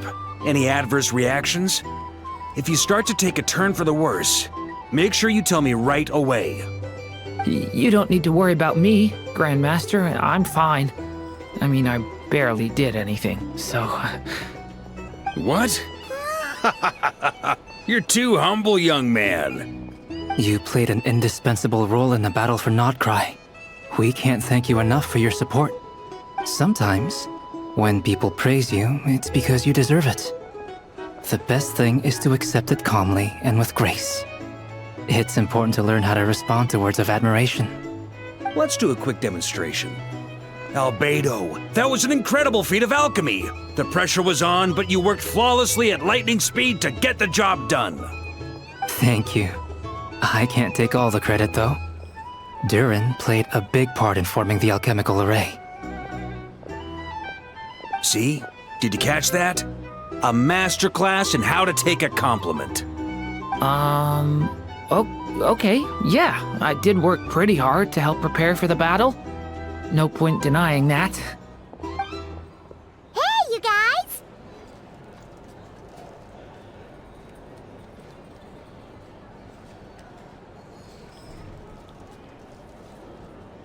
Hey, look who's bounced back. Looking good, traveler. Seems like you've recovered. You won't need to take any more medication. Can I get you a drink? Huh? You know how to order at a bar now? You've sure learned a lot recently. Handling a drinks order is ridiculously simple compared to alchemy. Don't worry, I'll blend into society yet. Paimon believes it! You're clearly a fast learner, just like your brother. To be totally honest though, Paimon didn't quite follow all the details when you first explained the plan to us. Don't worry, that's completely understandable. Unless you're a student of alchemy, it's hard to grasp the principle and how the process works. To put it in the simplest terms, we saw how our enemy stole the power of Kuvaki. And that gave us the idea of stealing his power to turn it against him. When facing an enemy you have no hope of defeating, it's best not to engage them in battle. So, instead of looking for a way to overpower him, we decided to help Columbina get strong enough to at least stand up to him in a fight. For this to work, we had to analyze his modes of attack, confirm who his main target was, and make sure that he wouldn't go beyond the range of the alchemical array. For added security, we prepared a total of 4 arrays. But to mitigate the impact of the battle, we identified one location in particular as the ideal spot, which is where the confrontation took place. The alchemical array absorbed his abyssal power. Then Durin processed it to render it usable by Columbina. That power enabled her to do what would otherwise have been nigh on impossible. What surprised me was that Dainsleif actually agreed to join us. Given his history with Rerir, he had every right to sit this one out. But we're extremely grateful for the decision he made. It must have been a painful choice to make. But I'm sure that making a decision was far better for him than staying in limbo. Absolutely. He was torn between 2 paths, but in the end, he made his choice and stuck to it resolutely. He doesn't strike me as the sort of person who'd stay trapped in limbo for long. Anyway, however you cut it, everyone gave a stellar performance. And now, it's time to kick back and celebrate.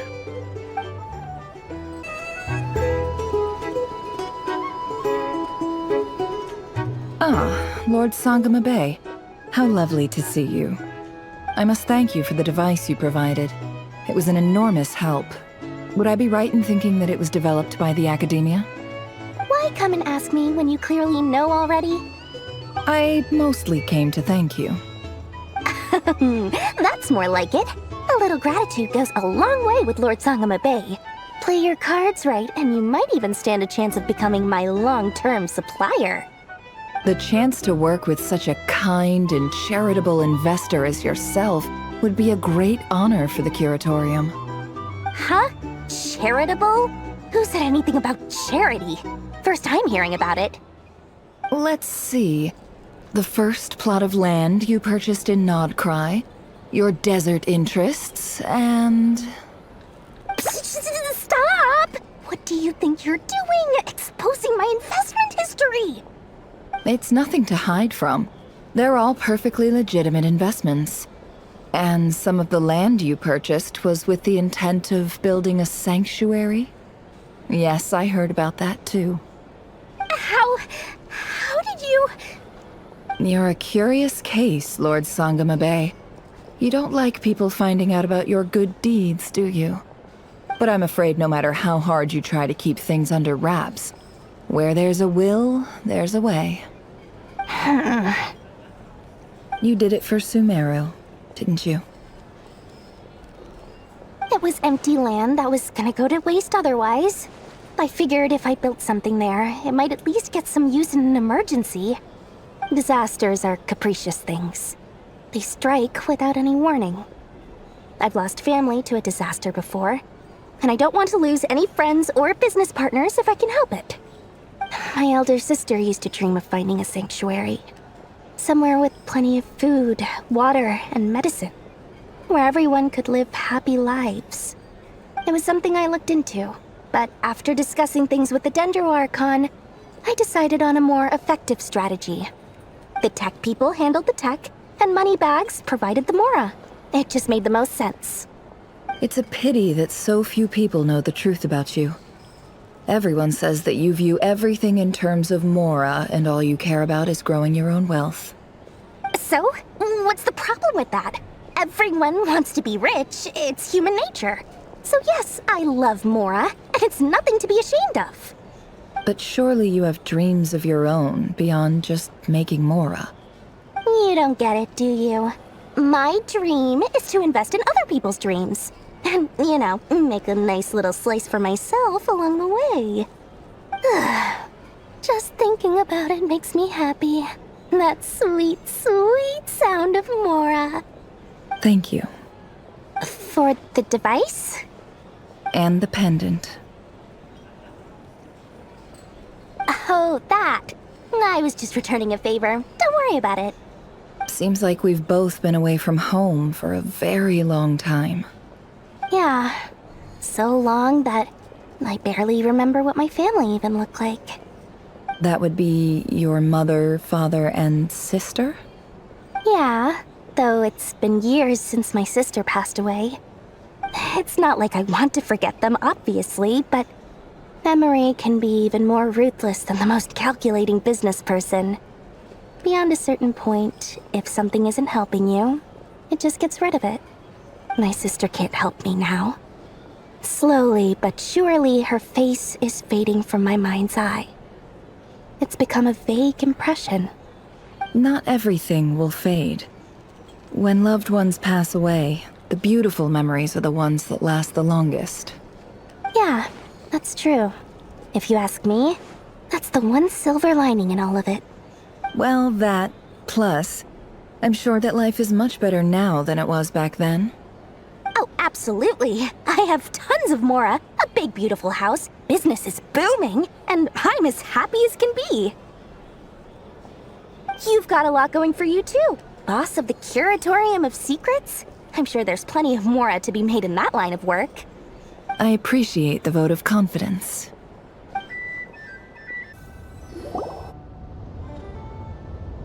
That's the only reason you're here. Yes. I've thought a lot about it. And I've realized that you, me, and Arlecchino should be friends. I think this is very important. So I felt I had to come and tell you. Well, this is a new one. I'm so moved. I can't even hold my teacup. If that's all, you can leave now. Do you not want to be friends with me? Or is it that you prefer being co-workers? What is this, Columbina? Are you deliberately testing my patience threshold? Right now, my politeness module is active. But if you say another word, I swear I'll shut it down. If your politeness module was active, wouldn't you say the word please at some point?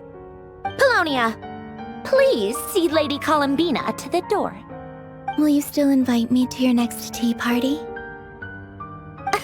What? Yes, I think you will. Bye-bye, dear Sandrone.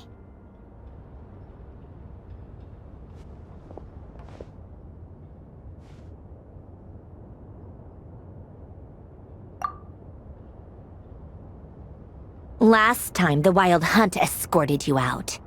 Would you rather I handled it myself this time? We just wanted to, see how you were doing now that it's all over. Why? Out of concern for my safety? I hope you didn't seriously think that the Rayhir of Silnari would be able to lay so much as a finger upon me, given how prepared I was. Mostly because you kind of helped us out, so we just wanted to check you were okay. Looks like all your robots are fixed, huh?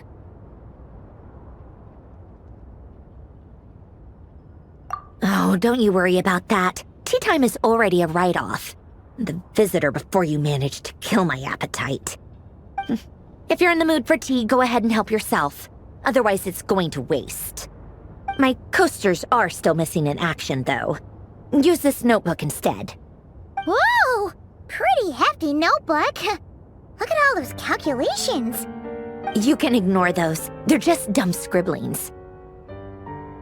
I doodle and write in my free time. Sometimes I remember the distant dreamlike past. Sometimes I imagine the far-flung future. And other times, I grit my teeth and note down all the crazy nonsense going on in the present. Some people do the crosswords in the newspaper. This is my equivalent of that. Trying to predict the future is like daydreaming. And writing about the present just makes me furious. The past is my favorite. If nothing else, it's already set in stone, so I don't have to rack my brains trying to figure it all out. Huh. Although, having said that, the only vaguely interesting memory in my past is probably that guy they call Lord Artificer. Who else? Pretty much all the mecha in Fontaine are his personal handiwork. Wait, are you saying you know him? Like, personally? As a friend? I mean, I I guess we were friendly enough.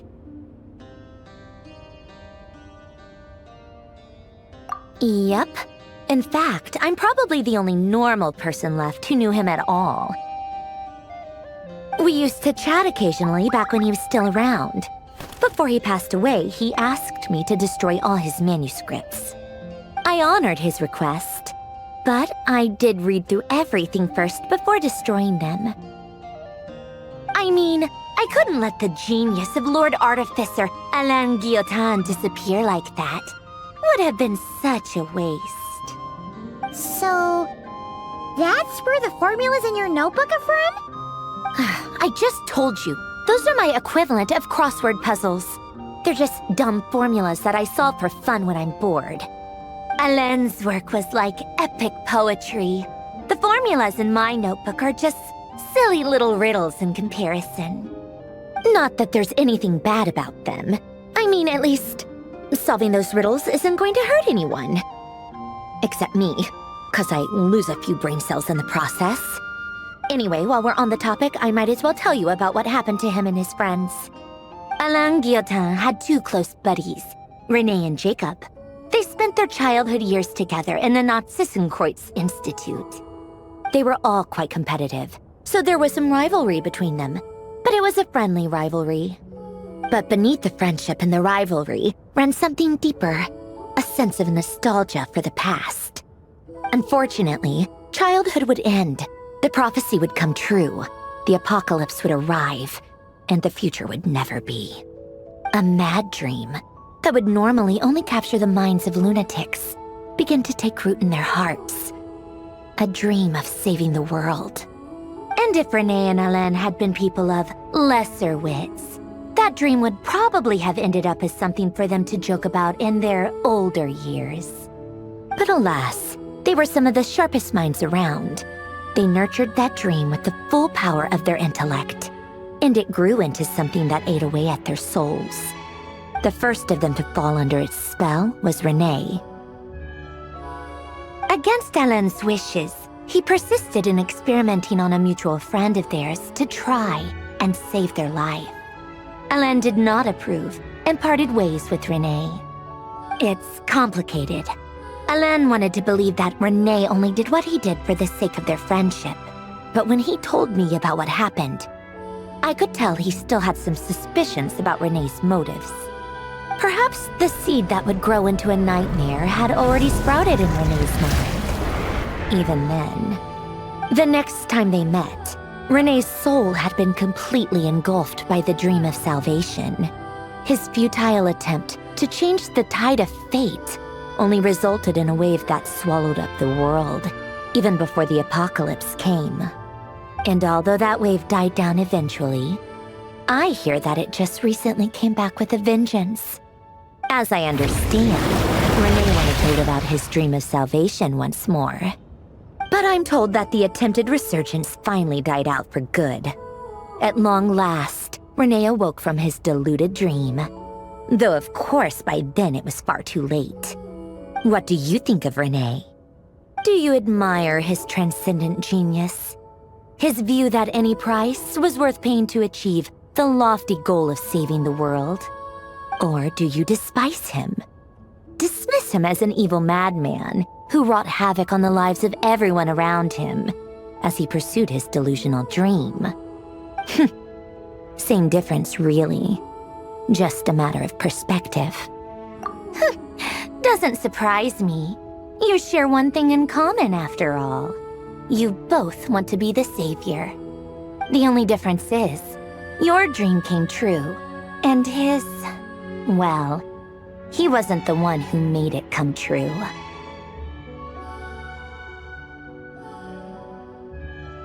I don't like fanatics who give up their whole lives for their ideology. Nor do I like fools who let their delusions take control. Maybe I could understand if René had just been an ordinary person. But he had a sage-like intellect, and still managed to get himself lost in the labyrinth of his own desires. Anyway, that's enough about René. Now, moving on to Alain Guillotin, the Lord Artificer. He managed to put a stop to the first storm whipped up by Renee. But after that, Alain lost his friends and family. To his credit, I suppose, the loss of his family and friends was purely a tragic accident. It's not like Alain sacrificed them for his cause or anything. After that, the only thing supporting his work was the same dream that had dragged his closest friend down to the abyss. But although the desire to save Fontaine drove him to found the Fontaine Research Institute, Alain continued to reject any form of transcendental knowledge or power. He was suspicious and fearful of it, having seen the way it had affected his closest friend. I think that formulas and machines derived solely from human intellect were the only thing that gave him a sense of spiritual comfort. Yet Alain's intellect was simply too great. It barely left him space to breathe in his lifetime. Once he realized that the end of his life was approaching, he finally accepted the truth. The Nazissenkreuz Institute needed someone, and a human being, to see its story through to the end. He quit working on his formulas, trading them in for the fairy tales that had played such a formative role in his childhood, but which he'd barely touched in his adult life. He told me that the director of the Nazissenkreuz Institute used to read those fairy tales to the children as bedtime stories. Apparently, they worked wonders at sending kids off to sleep. I think that all he wanted at that time in his life was to be able to sleep deeply without being plagued by depression. By that point, nothing else really mattered. At the very end, he laid down to rest in the ruins of the former Nazissenkreuz Institute orphanage, while the Fontaine Research Institute he had founded continued tirelessly with its work. Many years after that, tensions over competing dreams would once again cause a rift, this time between members of the Fontaine Research Institute. But the actions of those fools had nothing at all to do with Alain. And that is the story of two people from the Nazissenkreuz Institute who both wanted to save the world. One went all in on his fantasy of salvation without ever looking back, and ended up calmly sinking to the bottom of the deepest sea. The other sought desperately to burn bright in his life, even though he wasn't sure where he was going. I do sometimes wonder, why is it that people like them have such grand hopes of saving the world? Even the grandest tree starts as a tiny seed.